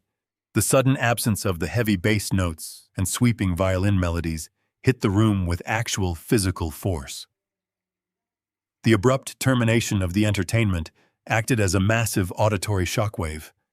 The remaining conversations across the vast expanse of the rooftop ballroom died out in a rapid, cascading wave of profound confusion. Waiters froze instantly in place, balancing their heavy silver trays like statues. The constant clinking of crystal glasses ceased entirely. The massive, glittering ballroom descended into a heavy, suffocating silence. Hundreds of elite, influential guests turned simultaneously, seeking the source of the sudden disruption. They found me standing perfectly still beside the towering champagne fountain, a ragged working-class ghost haunting their billionaire paradise. I lowered my hand slowly back to my side. I had successfully secured the undivided attention of the entire room. Bradford's elite audience was waiting. I prepared to deliver the final verdict. The sudden, suffocating silence in the massive rooftop ballroom acted as a vacuum, entirely stripping Bradford of his carefully cultivated aura of absolute authority. Without the classical string music and the steady hum of high society chatter to mask his actions, he was left entirely exposed under the glaring golden light of the custom crystal chandeliers. I watched his chest heave rapidly as raw, unfiltered panic flooded his system. He desperately needed to seize control of the rapidly deteriorating narrative before his elite peers began to ask questions or sense his weakness. Bradford pivoted aggressively toward the crowd, forcing a loud, booming laugh that echoed hollowly off the floor-to-ceiling glass windows. He spread his arms wide in a theatrical gesture of mock sympathy, projecting the deeply false image of a concerned, heartbroken family patriarch. He shouted to the gathered politicians and wealthy investors that they had absolutely nothing to fear, waving his hands to dismiss the immense tension radiating through the room. He dramatically declared that I was suffering from severe advanced dementia, and that my presence here was the tragic, embarrassing result of a dangerous psychological break. He painted me as a violent, unpredictable threat to public safety, who desperately needed to be physically restrained and heavily medicated for my own good. He leaned entirely into the medical lie, raising his voice to ensure every single guest heard his fabricated diagnosis. Bradford then turned his furious, bloodshot gaze toward the perimeter of the room. He spotted the two massive venue security guards stationed near the primary entrance doors. He snapped his fingers sharply in the air, treating them like disobedient animals. He pointed a trembling, aggressive finger directly at my chest and barked a vicious command. He ordered the guards to seize me immediately, drag me toward the service elevator, and throw me out into the street. The two imposing security guards did not flinch. They did not take a single step forward to execute Bradford's aggressive command. They stood perfectly still, their hands clasped firmly in front of their dark uniforms, their expressions carved from solid stone. Bradford snapped his fingers a second time, his voice cracking with escalating fury as he demanded immediate compliance. He threatened to have them both fired on the spot, screaming that he was paying for this exclusive venue and they worked entirely for him. The lead guard simply crossed his thick arms over his chest, his eyes locking briefly with mine in silent acknowledgement. They did not answer to Bradford. They answered exclusively to the executive management director of the real estate conglomerate, and by absolute legal extension, they answered only to me. Bradford's face drained of color as the horrific reality of their insubordination registered in his mind. His ultimate illusion of control was publicly evaporating before his eyes. I left him standing frozen near the champagne tower and began my walk across the polished marble floor. I moved with slow, deliberate precision. I did not rush. I allowed the heavy rhythmic thud of my scuffed leather shoes to serve as the only sound in the cavernous room. The wealthy socialites and powerful corporate executives parted seamlessly to let me pass, stepping back, as if the worn fabric of my brown suit possessed its own gravitational force. I walked directly past Megan, whose face was twisted into a mask of paralyzed terror, and past Jalen, who remained hunched over, staring at the floor and refusing to lift his chin. I climbed the 3 short carpeted stairs onto the main event stage. The grand flower-draped podium stood empty in the center, waiting for the evening's celebratory toasts. I stepped directly behind the microphone and looked out over the sea of stunned, silent faces. I reached into the inner breast pocket of my faded jacket and retrieved my secure mobile phone. The device felt heavy and metallic, loaded with the exact ammunition required to execute a total demolition of Bradford's fraudulent empire. I did not utter a single word into the microphone to explain my actions or justify my presence. The evidence required absolutely no verbal introduction. I looked down at the sophisticated audio mixing console resting on the table adjacent to the podium. The event technician had followed my strict directives flawlessly earlier in the afternoon, leaving the primary auxiliary cord resting openly next to the master volume controls. I picked up the thick black cable and plugged it directly into the base of my phone. The digital connection synced instantly with the massive high-fidelity concert speakers suspended from the vaulted ceiling. I opened the audio application, located the high-definition file captured at the Oakmont Elite Country Club, and pressed play.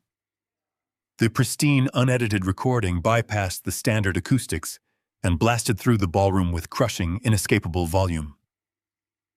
Bradford's arrogant, bourbon-soaked voice filled the room, magnified 50 times over. Every syllable of his extortion attempt resonated against the structural glass walls. The audio was so crisp that the clinking of his crystal glass against the linen tablecloth could be heard clearly by every single guest in attendance. I stood perfectly still behind the podium, watching the shockwave of truth detonate across the crowd. They heard Bradford aggressively demand my master passwords. They heard his vicious, calculated threat to submit a forged medical affidavit to a federal judge. They heard him explicitly outline his plot to steal my home, drain my retirement accounts, and throw me into a locked psychiatric ward to secure his own financial survival. The sheer malicious clarity of the recording trapped the entire room in a state of horrified paralysis. The wealthy investors and influential politicians Bradford had spent months courting stood frozen, forced to listen, as the carefully crafted facade of a highly successful logistics CEO was brutally ripped away. The recording seamlessly transitioned into Bradford's arrogant confession of his own catastrophic financial ruin. His magnified voice gleefully bragged about dodging aggressive collection agencies and actively hiding toxic commercial debt from the central bank, proving his entire fortune was a mirage. The final devastating blow landed when the audio shifted to Jalen. Bradford's recorded laughter echoed cruelly across the ballroom as he openly mocked his own son-in-law to a complete stranger. The crowd listened in dead silence as Bradford called Jalen a pathetic, insecure little boy, bragging about how remarkably easy it had been to manipulate him into committing felony wire fraud.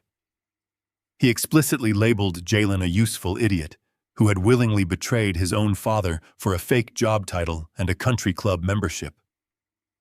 Megan clutched her stomach, staring at her father in absolute nauseating disbelief as his recorded voice shattered her marriage. The audio file ended, leaving a ringing, brutal silence in its wake. A collective, sharp gasp of pure horror rippled through the sea of socialites. The absolute reality of Bradford's situation had been laid bare under the blazing chandeliers. The reaction from the corporate executives was instantaneous and utterly merciless. The powerful businessmen Bradford relied upon to fund his failing company did not offer him sympathy or the benefit of the doubt. They instinctively recognized the stench of a sinking ship and a massive liability. Several prominent investors immediately broke away from the crowd, pulling out their expensive mobile phones. I watched from the stage as they frantically dialed their financial managers, issuing sharp, whispered commands to cancel all pending contracts and sever all professional ties with Bradford's logistics firm instantly. The social and financial execution was absolute. The final syllables of Bradford's recorded extortion faded into the cavernous ceiling, leaving a heavy, suffocating silence in their wake. The sheer reality of his exposure finally pierced his bourbon-soaked arrogance. Panic, raw and violent, contorted his features. He let out a guttural, desperate roar and charged directly toward the main stage. His heavy leather shoes slammed violently against the polished marble as he lunged forward, his massive hands reaching out to rip my mobile phone from the audio mixing console and smash the evidence into unrecognizable plastic shards. He did not make it past the first carpeted step. Mitchell moved with the fluid, calculated speed of a striking viper.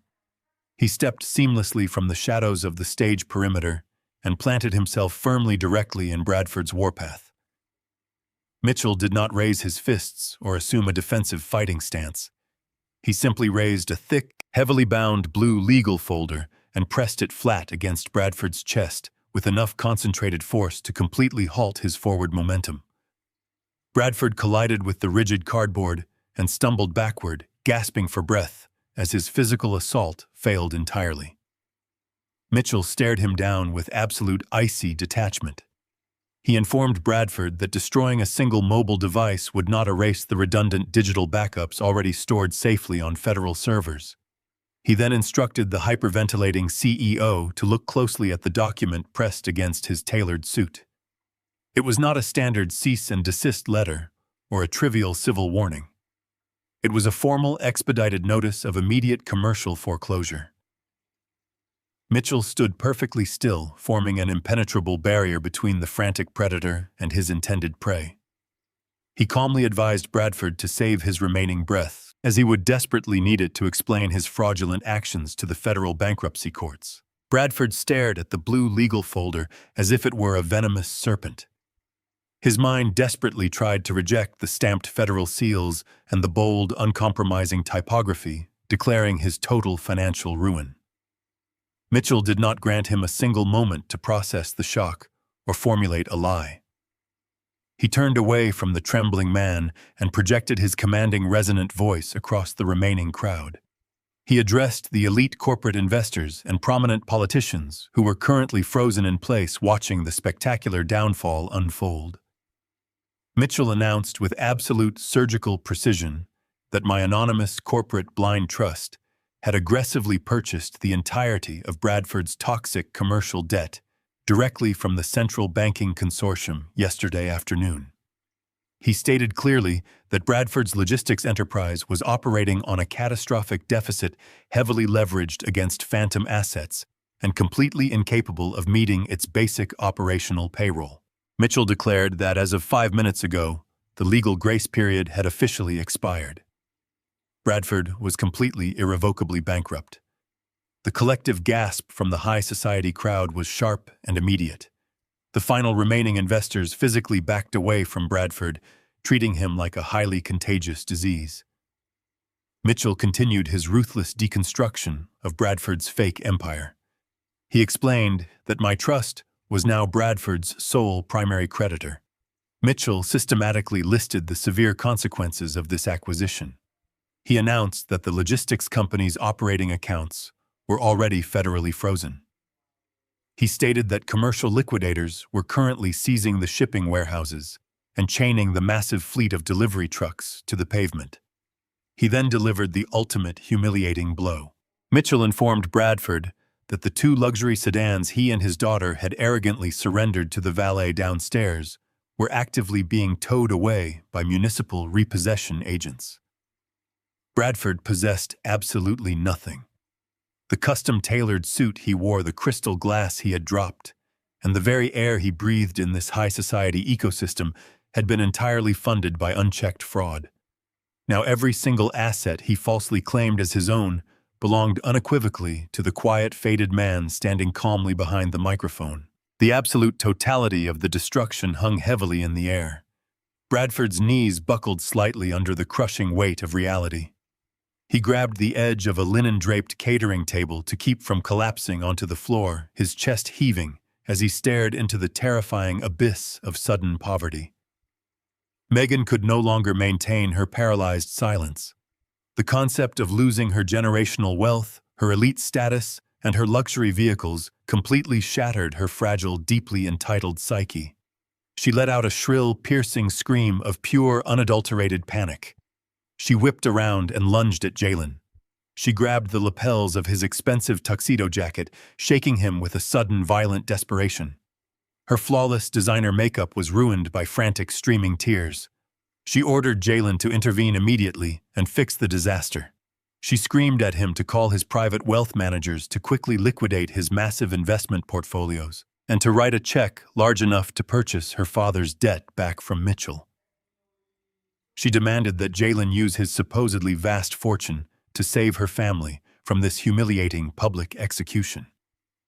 She dug her manicured nails deeply into his shoulders, hysterically, reminding him that he was a prominent executive vice president, that he possessed millions in untouchable corporate stock, and that he had promised to provide her with a life of absolute luxury.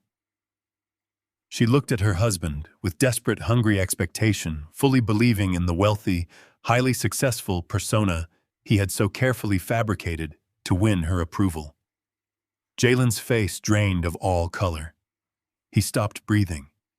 He stared at his screaming wife, utterly paralyzed by the impossible demand. The counterfeit armor he wore had been struck by a devastating cannonball. There was no prominent wealth manager to call. There were no hidden millions to leverage.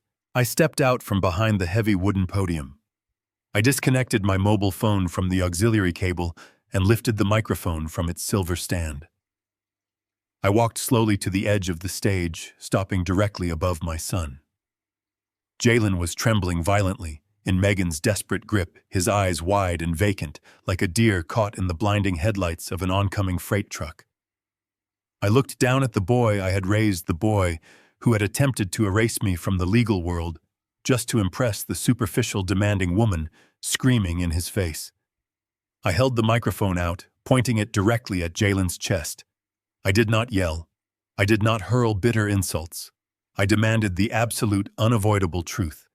I instructed my son to look his wife in the eye and explain the exact reality of his financial status to the entire room.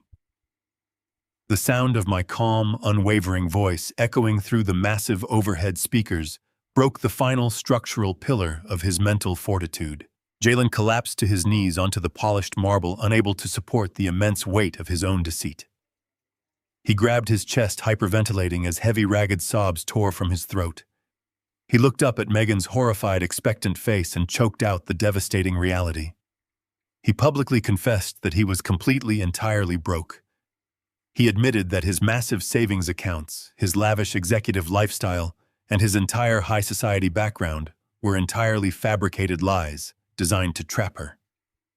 He sobbed into his hands, his voice broadcasting clearly through the silent ballroom, admitting that he could not save her father because he did not even have the money to pay for this extravagant venue. He confessed, utterly broken and humiliated, that he had funded their lavish anniversary party by illegally draining $10,000 directly from his elderly father's survival funds. Megan recoiled violently, dropping his jacket as if it were coated in lethal poison. Finally realizing she had married a complete and total fraud, Megan stared down at the trembling, sobbing man kneeling on the polished marble floor. The flawless illusion of her heavily insulated high society life evaporated instantly, leaving behind a profound, sickening sense of physical disgust. She looked at Jalen not as her devoted husband, but as a defective, worthless parasite who had maliciously tricked her into accepting a peasant's existence. Her beautifully manicured hands curled into tight, shaking fists at her sides. She did not offer a single word of comfort. She did not kneel to meet him in his moment of absolute crushing vulnerability. Instead, she took a deliberate half-step backward, acting as if his close proximity might infect her with his poverty. Jalen reached out a shaking, desperate hand, grasping at the shimmering silver fabric of her custom designer gown, frantically begging for her understanding and forgiveness. Megan violently yanked the expensive silk from his weak, sweaty grip, her face twisted into a grotesque mask of pure, vicious contempt. Without a single second of hesitation, she swung her arm in a wide, aggressive arc. Her open palm struck Jalen squarely across the jaw. The sharp, explosive crack of flesh against flesh echoed brutally through the cavernous, dead-silent ballroom. The sheer, unfiltered force of the impact snapped Jalen's head violently to the side, sending a fine spray of sweat and tears across the pristine floorboards. He collapsed sideways, catching his weight awkwardly on his hands, utterly broken by the public physical assault. The surrounding circle of elite investors, corporate executives, and local politicians remained perfectly frozen in absolute shock. They watched the spectacular, violent implosion of a supposedly perfect elite marriage without offering a single whisper of intervention. Megan stood towering over his pathetic, crumpled form, her chest heaving with furious, ragged breaths, silently condemning the fraud she had married. Megan pivoted sharply away from the pathetic display on the floor, her mind frantically rejecting the terrifying reality of her new, impoverished status.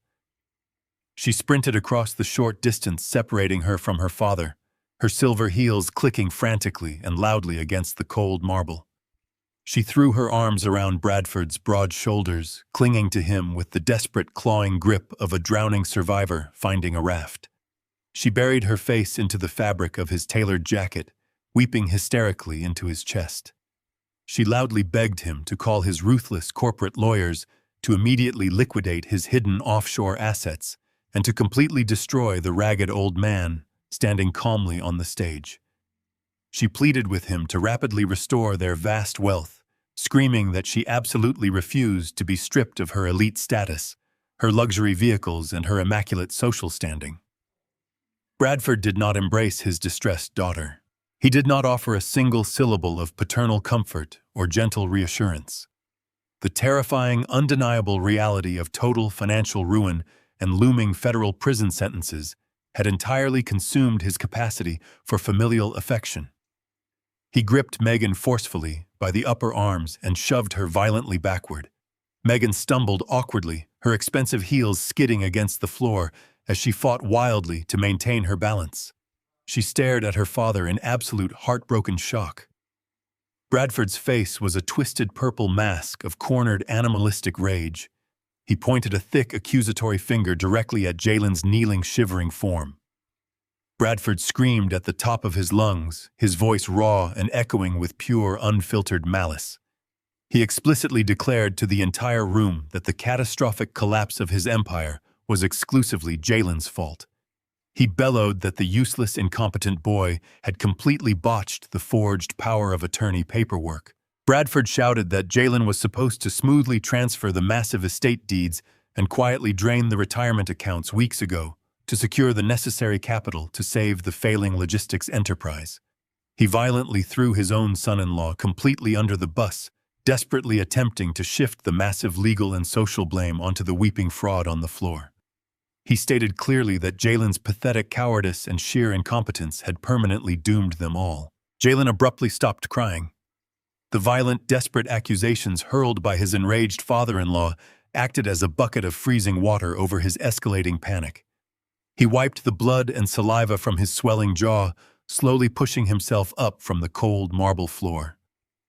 He looked at Bradford's flushed, screaming face and realized the absolute terrifying truth of his situation. He was being meticulously framed. Bradford was actively publicly establishing a false narrative to ensure Jalen took the sole devastating fall for the entire criminal enterprise. The sheer calculated betrayal ignited a sudden, furious spark of raw survival instinct deep within Jalen's cowardly core. He was entirely unwilling to rot in a federal penitentiary to blindly protect a man who had just discarded him like broken, useless trash. Jalen reached a shaking hand deep into his torn tuxedo pocket and ripped out his mobile phone. He bypassed the security lock screen with frantic, blood-stained thumbs. He navigated swiftly to his encrypted message archives and pulled up the extensive, highly detailed digital paper trail. Jalen spun around, thrusting the glowing screen directly into the faces of the nearest corporate investors and silent politicians. He screamed with raw desperation that Bradford was a manipulative, lying sociopath. Jalen frantically scrolled through months of explicit, highly incriminating text messages, forcing the elite guests to visually register the undeniable digital evidence. The screen displayed Bradford's direct typed orders, commanding Jalen to forge the medical affidavits. It showed Bradford explicitly providing the specific illegal bank routing numbers required to smoothly launder the stolen retirement funds. It proved undeniably that Bradford was the primary architect and malicious mastermind behind the entire elder abuse plot. Jalen shouted hoarsely that he was merely following strict coercive orders from a desperate, bankrupt tyrant. The surrounding investors leaned in, their eyes widening as they read the damning, unredacted proof of Bradford's severe criminal extortion. The fragile, toxic alliance between the two exposed frauds was completely, violently severed forever. The vicious, screaming match between the two completely exposed criminals reached a fever pitch, echoing brutally across the glittering, silent expanse of the rooftop ballroom. Bradford lunged forward with a feral roar, his heavy fists raised to physically destroy the mobile device displaying his explicit guilt to his former peers. He never reached his intended target. A massive, deafening crash shattered the remaining tension in the room.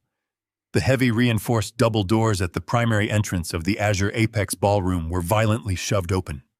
The thick oak panels slammed backward against the polished marble walls with the concussive force of a detonating explosive. The entire crowd of elite socialites jumped, turning simultaneously toward the sudden, aggressive intrusion. Two imposing federal agents stepped purposefully across the threshold. They wore stark, dark suits, their expressions carved from absolute professional stone. Golden badges clipped securely to their leather belts caught the brilliant light of the custom crystal chandeliers overhead. They moved with coordinated, highly trained precision, bypassing the paralyzed venue security guards and cutting a direct, unyielding path straight through the sea of terrified investors. They locked their hard, uncompromising gazes directly onto Bradford's pale, sweating face. I remained standing calmly on the elevated stage, silently watching the inevitable, calculated conclusion of my meticulous planning. Mitchell stepped smoothly to the edge of the platform, adjusting the crisp lapels of his charcoal suit with practiced elegance. He projected his deep, authoritative voice over the terrified murmurs of the stunned crowd, addressing Bradford directly. Mitchell calmly informed the ruined CEO that the spectacular digital display provided by his son-in-law was entirely unnecessary.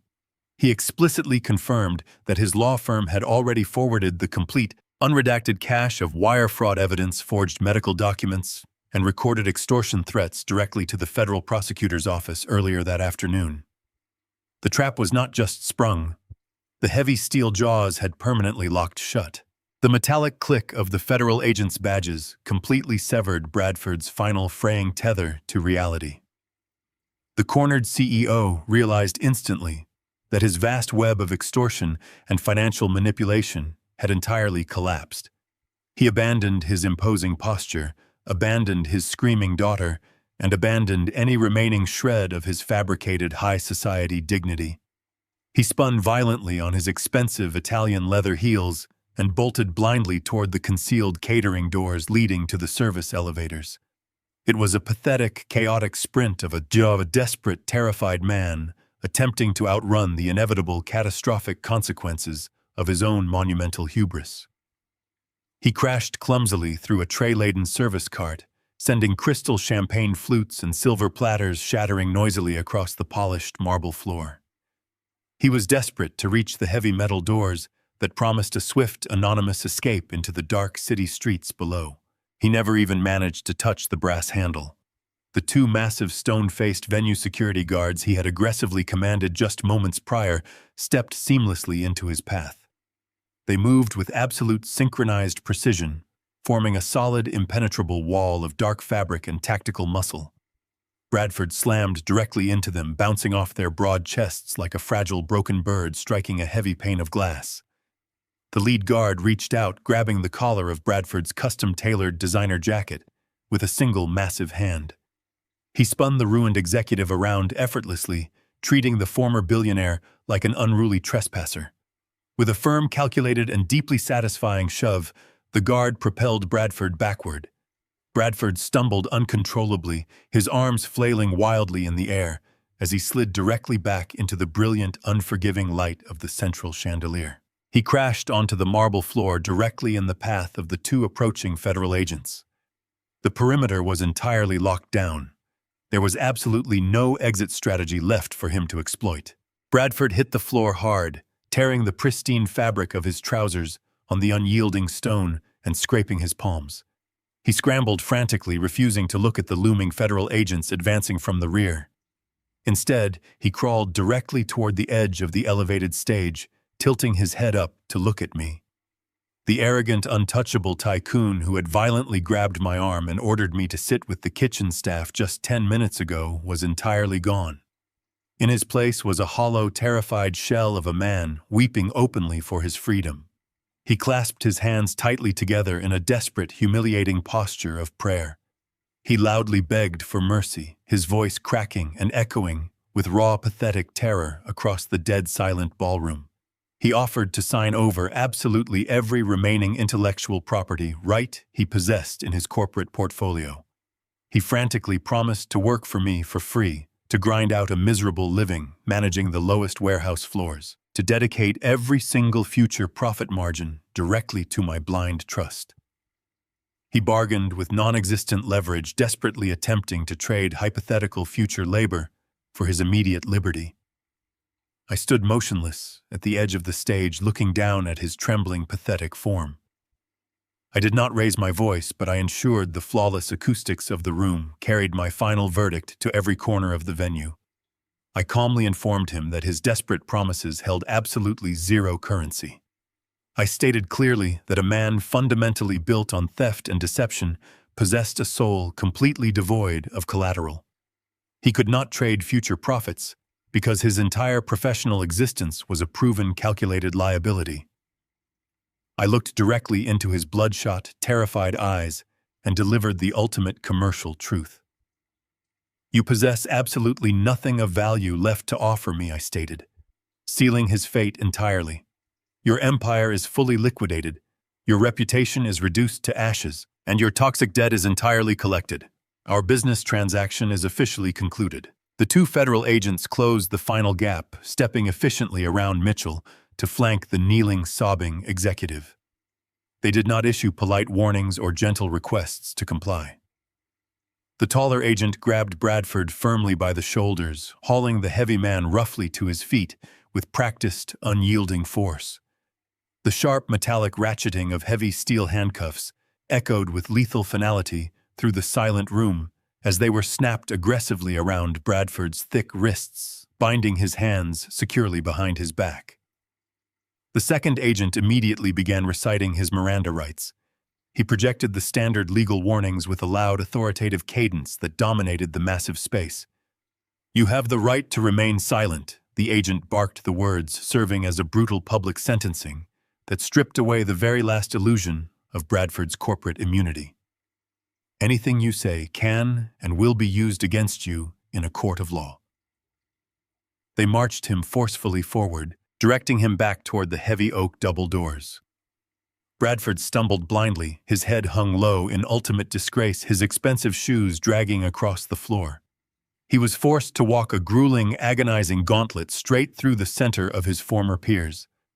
The wealthy real estate developers, local politicians, and elite corporate investors who had previously kissed his ring did not offer him a single sympathetic glance.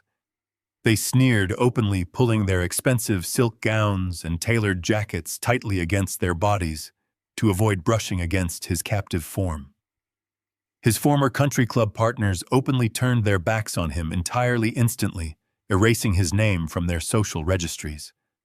The man who had entered the Azure Apex ballroom as a titan of industry was forcibly dragged out as a publicly humiliated felon, his counterfeit legacy permanently dismantled under the very chandeliers he had attempted to steal. The heavy oak doors clicked shut behind the disgraced executive, locking his miserable fate into place. The remaining federal agent inside the ballroom did not pivot to leave the scene.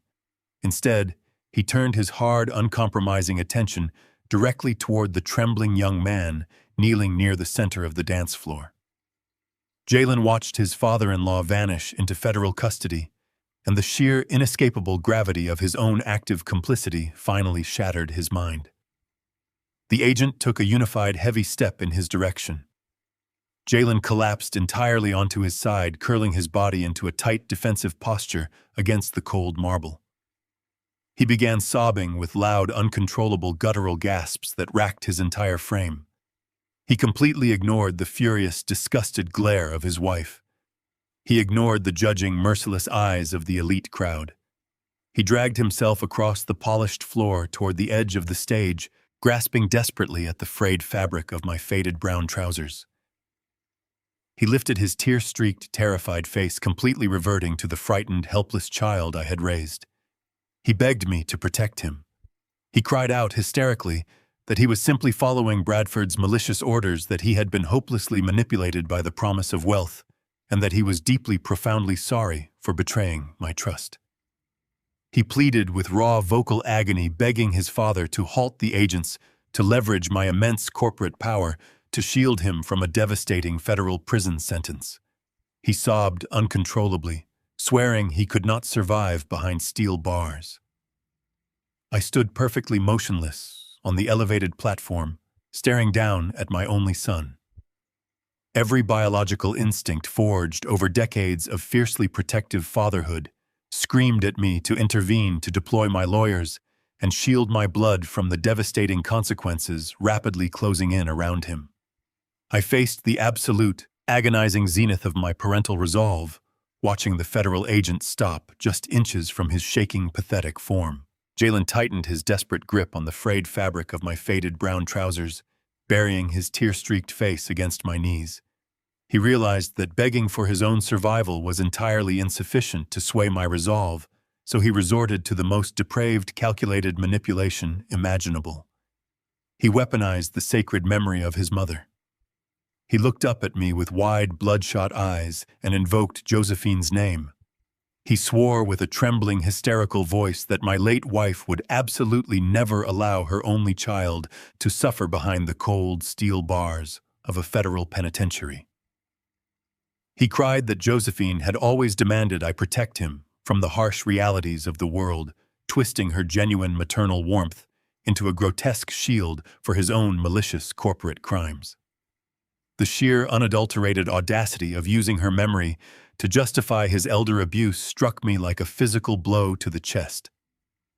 While Jalen poured his toxic, fabricated grief onto the stage, my peripheral vision caught a subtle, frantic movement in the shadows near the perimeter of the ballroom. Megan had completely abandoned her weeping husband and her arrested father. She recognized the catastrophic collapse of her fraudulent dynasty and immediately prioritized her own survival. She reached down silently, unclasping the straps of her expensive silver designer heels. She kicked the shoes aside to eliminate any noise against the polished marble floor. Holding the hem of her custom gown, she pressed her back against the floor-to-ceiling glass windows, edging swiftly and quietly toward the dimly lit catering exit. She fully intended to slip out through the service elevators, hail a private car, and vanish into the city before the federal agents could register her presence. She was leaving Jalen to absorb the entire devastating impact of the federal raid. I did not allow the betrayal to pass unnoticed. I tore my gaze away from the pathetic, weeping fraud clinging to my legs and raised my right arm, pointing a firm, unwavering finger directly toward the shadows of the catering exit. I projected my voice sharply over Jalen's pathetic sobs, commanding the immediate attention of the federal agent standing at the base of the stage. I instructed the officer to intercept the woman in the silver dress, explicitly stating that she was attempting to flee an active federal crime scene. The second agent pivoted instantly, sprinting across the ballroom floor with heavy tactical strides. He cut off Megan's escape route mere inches from the heavy brass handle of the service doors. Megan shrieked in absolute terrified outrage as the agent firmly blocked her path. She immediately began to play the victim, adopting a shrill, hysterical tone. She loudly proclaimed her complete innocence to the surrounding crowd, aggressively screaming that she knew absolutely nothing about Bradford's corporate extortion or Jalen's forged documents. She pointed an accusatory finger back at her husband, swearing she was merely a naive, deceived wife caught in the crossfire of their illegal activities. Mitchell stepped smoothly down from the elevated platform, effortlessly shutting down her frantic, fabricated defense. My attorney opened his slim leather briefcase and produced a thick, heavily bound corporate audit. He projected his courtroom baritone across the silent room, systematically dismantling her lies with clinical, devastating precision. Mitchell loudly announced the exact dates, times, and routing numbers, proving Megan had actively and personally participated in the severe financial exploitation. He informed the federal agents that Megan had directly authorized the fraudulent credit cards opened in my name. He read aloud the itemized luxury purchases, proving she had drained my stolen retirement funds to finance her exclusive spa retreats, her designer wardrobe, and her lavish overseas vacations. The irrefutable paper trail locked her entirely into the criminal conspiracy. The agent did not hesitate. He grasped her upper arm firmly, detaining her completely. I turned my attention back to the shivering, broken man kneeling on the floor. Jalen stared up at me, his eyes searching frantically for a sliver of hesitation, a microscopic crack in my armor that he could exploit. He was waiting for the traditional foolish father to emerge, the man who had always sacrificed his own comfort to absorb his son's failures. I looked down at him, feeling the absolute chilling absence of that old, accommodating man. I spoke with a quiet, devastating clarity that pierced straight through his hyperventilating panic. I told Jalen that for 40 years, I had mistakenly believed that loving a child meant shielding him from the brutal consequences of his own actions. I confessed that my endless sacrifices and quiet compliance had not protected him, but had merely provided the fertile soil for his profound, suffocating arrogance to grow. I delivered the final heartbreaking lesson he so desperately needed to hear. I stated that invoking his mother's sacred memory to excuse his malicious theft was the ultimate proof of his hollow, corrupted soul. Josephine had raised a man of honor, and he had willingly chosen to murder that honorable man to impress a room full of superficial, greedy strangers. True love, I explained, did not mean facilitating his destruction. True love required strict, unwavering accountability.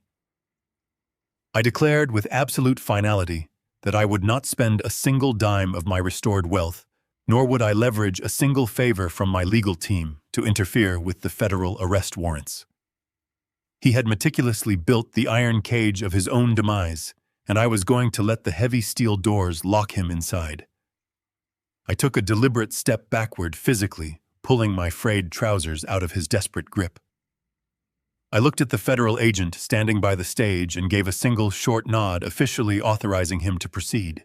The agent stepped onto the low platform and grasped Jalen firmly by the back of his expensive tuxedo jacket.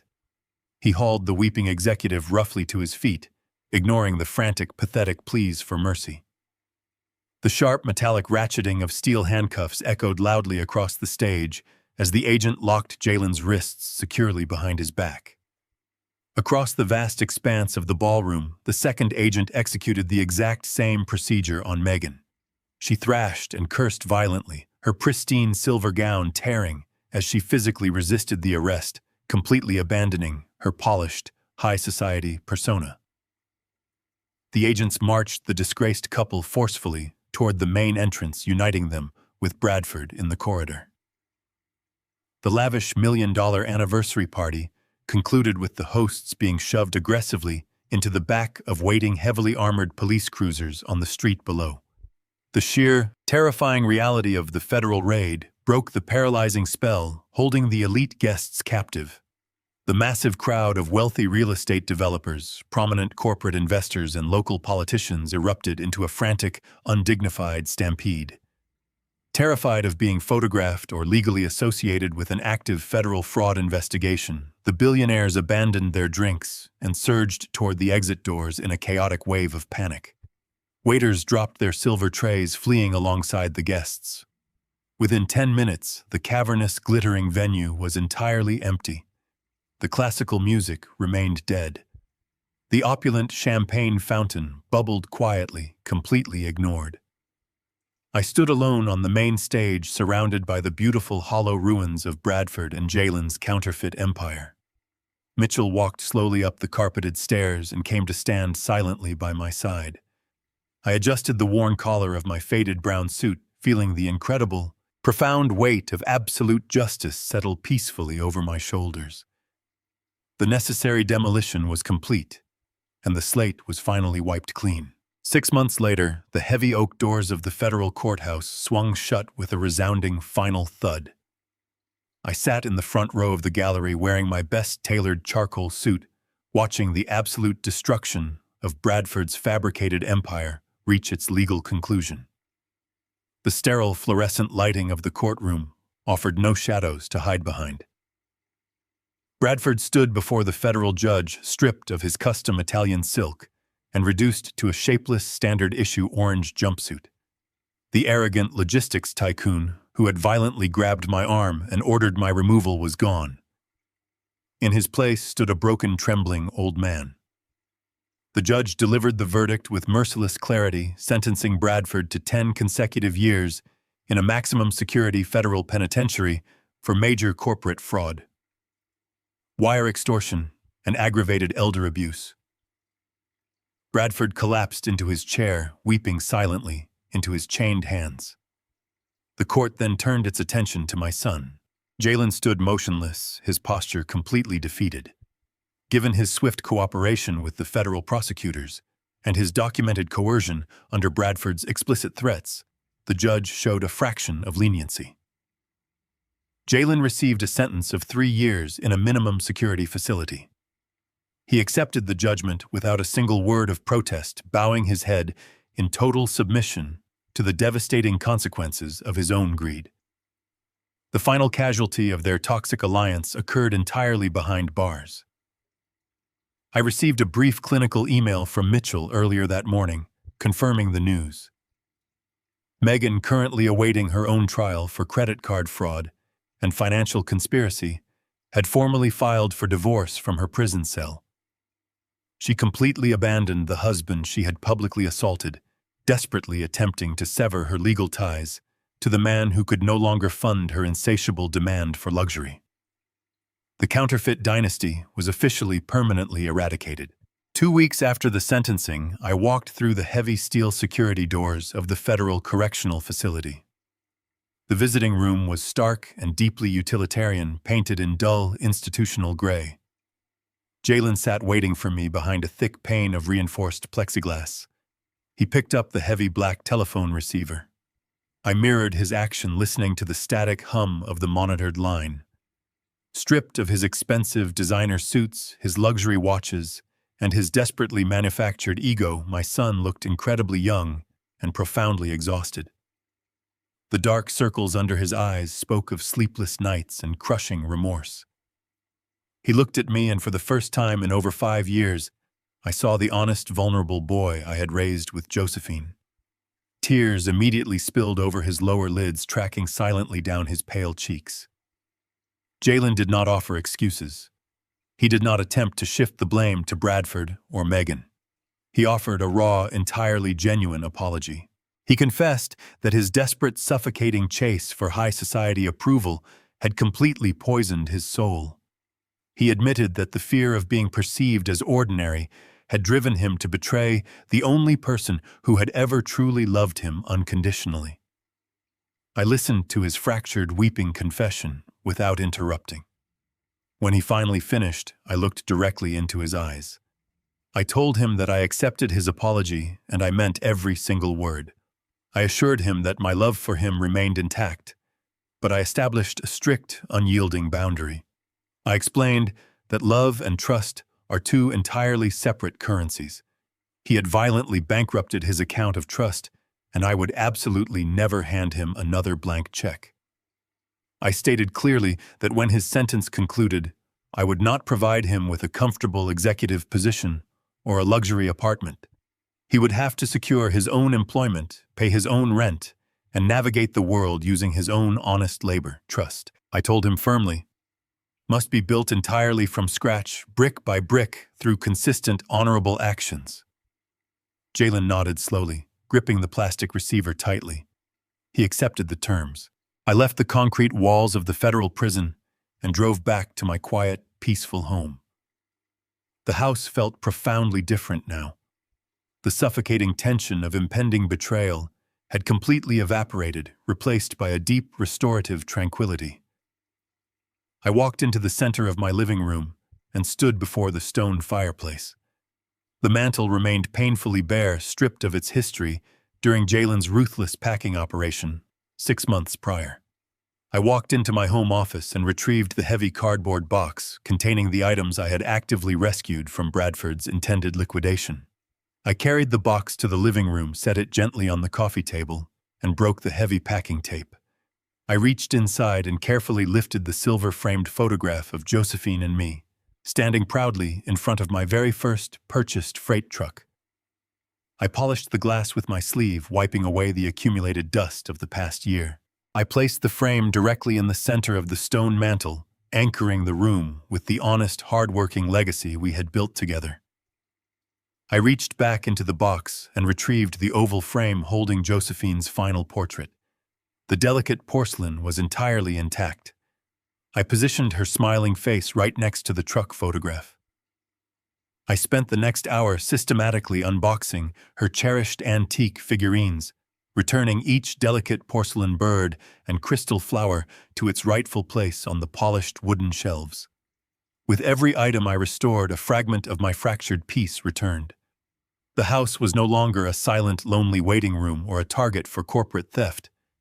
It was a fiercely protected sanctuary. I had successfully defended my wife's memory and my own hard-earned dignity against the ultimate betrayal. The historical foundation of my life was permanently secure. My silent adjustment did not end with the legal demolition of Bradford's fraudulent empire. I possessed an immense fully liquidated fortune, and I refused to let it sit stagnant in offshore accounts. I directed Mitchell to establish a massive, fully funded community center in the heart of the city's working-class district. I utilized my vast wealth to construct a state-of-the-art facility dedicated entirely to at-risk young men who lacked guidance and opportunity. I hired veteran instructors to teach them the practical mechanics of global logistics, essential physical trade skills, and rigorous financial literacy. I built the exact support system Jalen had so carelessly discarded, providing a new generation with the tools to build legitimate, honorable lives without resorting to deceit. The center thrived immediately, transforming misguided ambition into tangible, productive success. With my legacy actively shaping the future, I stepped back to enjoy the quiet rhythm of my remaining years. I sat on my wooden front porch as the golden evening sun dipped below the horizon, holding a steaming mug of strong black coffee. The neighborhood was quiet, filled only with the gentle rustling of oak leaves in the cool breeze. I took a slow sip of the bitter coffee, feeling a profound, absolute peace settle deep within my bones. I had faced the ultimate nightmare of a parent discovering that the child I raised had become a ruthless predator. Yet I had not allowed that discovery to destroy me. I looked out over my manicured lawn, fully embracing the final lesson of my long journey. I realized that severing toxic bloodlines and walking away from a corrupted family is never a tragedy. It is the ultimate, truest manifestation of self-respect. My story was written, my dignity was intact, and my soul was entirely free. The greatest illusion of modern society is the belief that wealth can substitute for character. When we examine the catastrophic downfall of individuals who prioritize status over substance, a profound lesson emerges about the true nature of value. Money is simply an amplifier. It takes the existing moral framework of a person and magnifies it on a larger scale. If a person is grounded in humility, hard work, and genuine empathy, wealth provides them the extended capacity to uplift their community and foster positive change. However, if a person is driven by insecurity, crippling entitlement, and a desperate hunger for external validation, wealth becomes a highly destructive weapon. It fuels their darkest impulses, isolating them from genuine human connection and blinding them to the ethical consequences of their actions. This narrative teaches us that authentic power is never derived from the superficial accumulation of luxury goods or the fearful obedience of subordinates. True power resides in the quiet and unyielding preservation of your personal integrity. The moment you compromise your moral compass to secure a comfortable lifestyle, you willingly surrender your actual freedom. You become a hostage to the very assets you fought to obtain, constantly terrified of exposure and perpetually vulnerable to extortion. The relentless pursuit of a fabricated elite persona inevitably hollows out the soul, leaving behind a fragile shell that will shatter under the slightest pressure of reality. We must learn to rigorously evaluate the individuals we allow into our inner circles based entirely on their demonstrated character rather than their projected success. Toxicity does not respect biological ties or contractual obligations. Recognizing when a relationship has become fundamentally corrupted and possessing the immense courage to permanently sever that bond is an act of profound personal protection. It is a declaration that your peace of mind is not a negotiable commodity. If this story resonated with your own experiences, take a moment today to evaluate the foundations of your own relationships. Do not allow anyone to leverage your love or loyalty to fund their deceit. Stand firmly in your truth, protect your earned dignity, and share this narrative with someone who might need the strength to walk away from their toxic environment. Subscribe for more stories that explore the complex dynamics of family wealth and the unyielding power of absolute respect. Thank you for reading and supporting our channel. Your continuous engagement makes these vital conversations possible.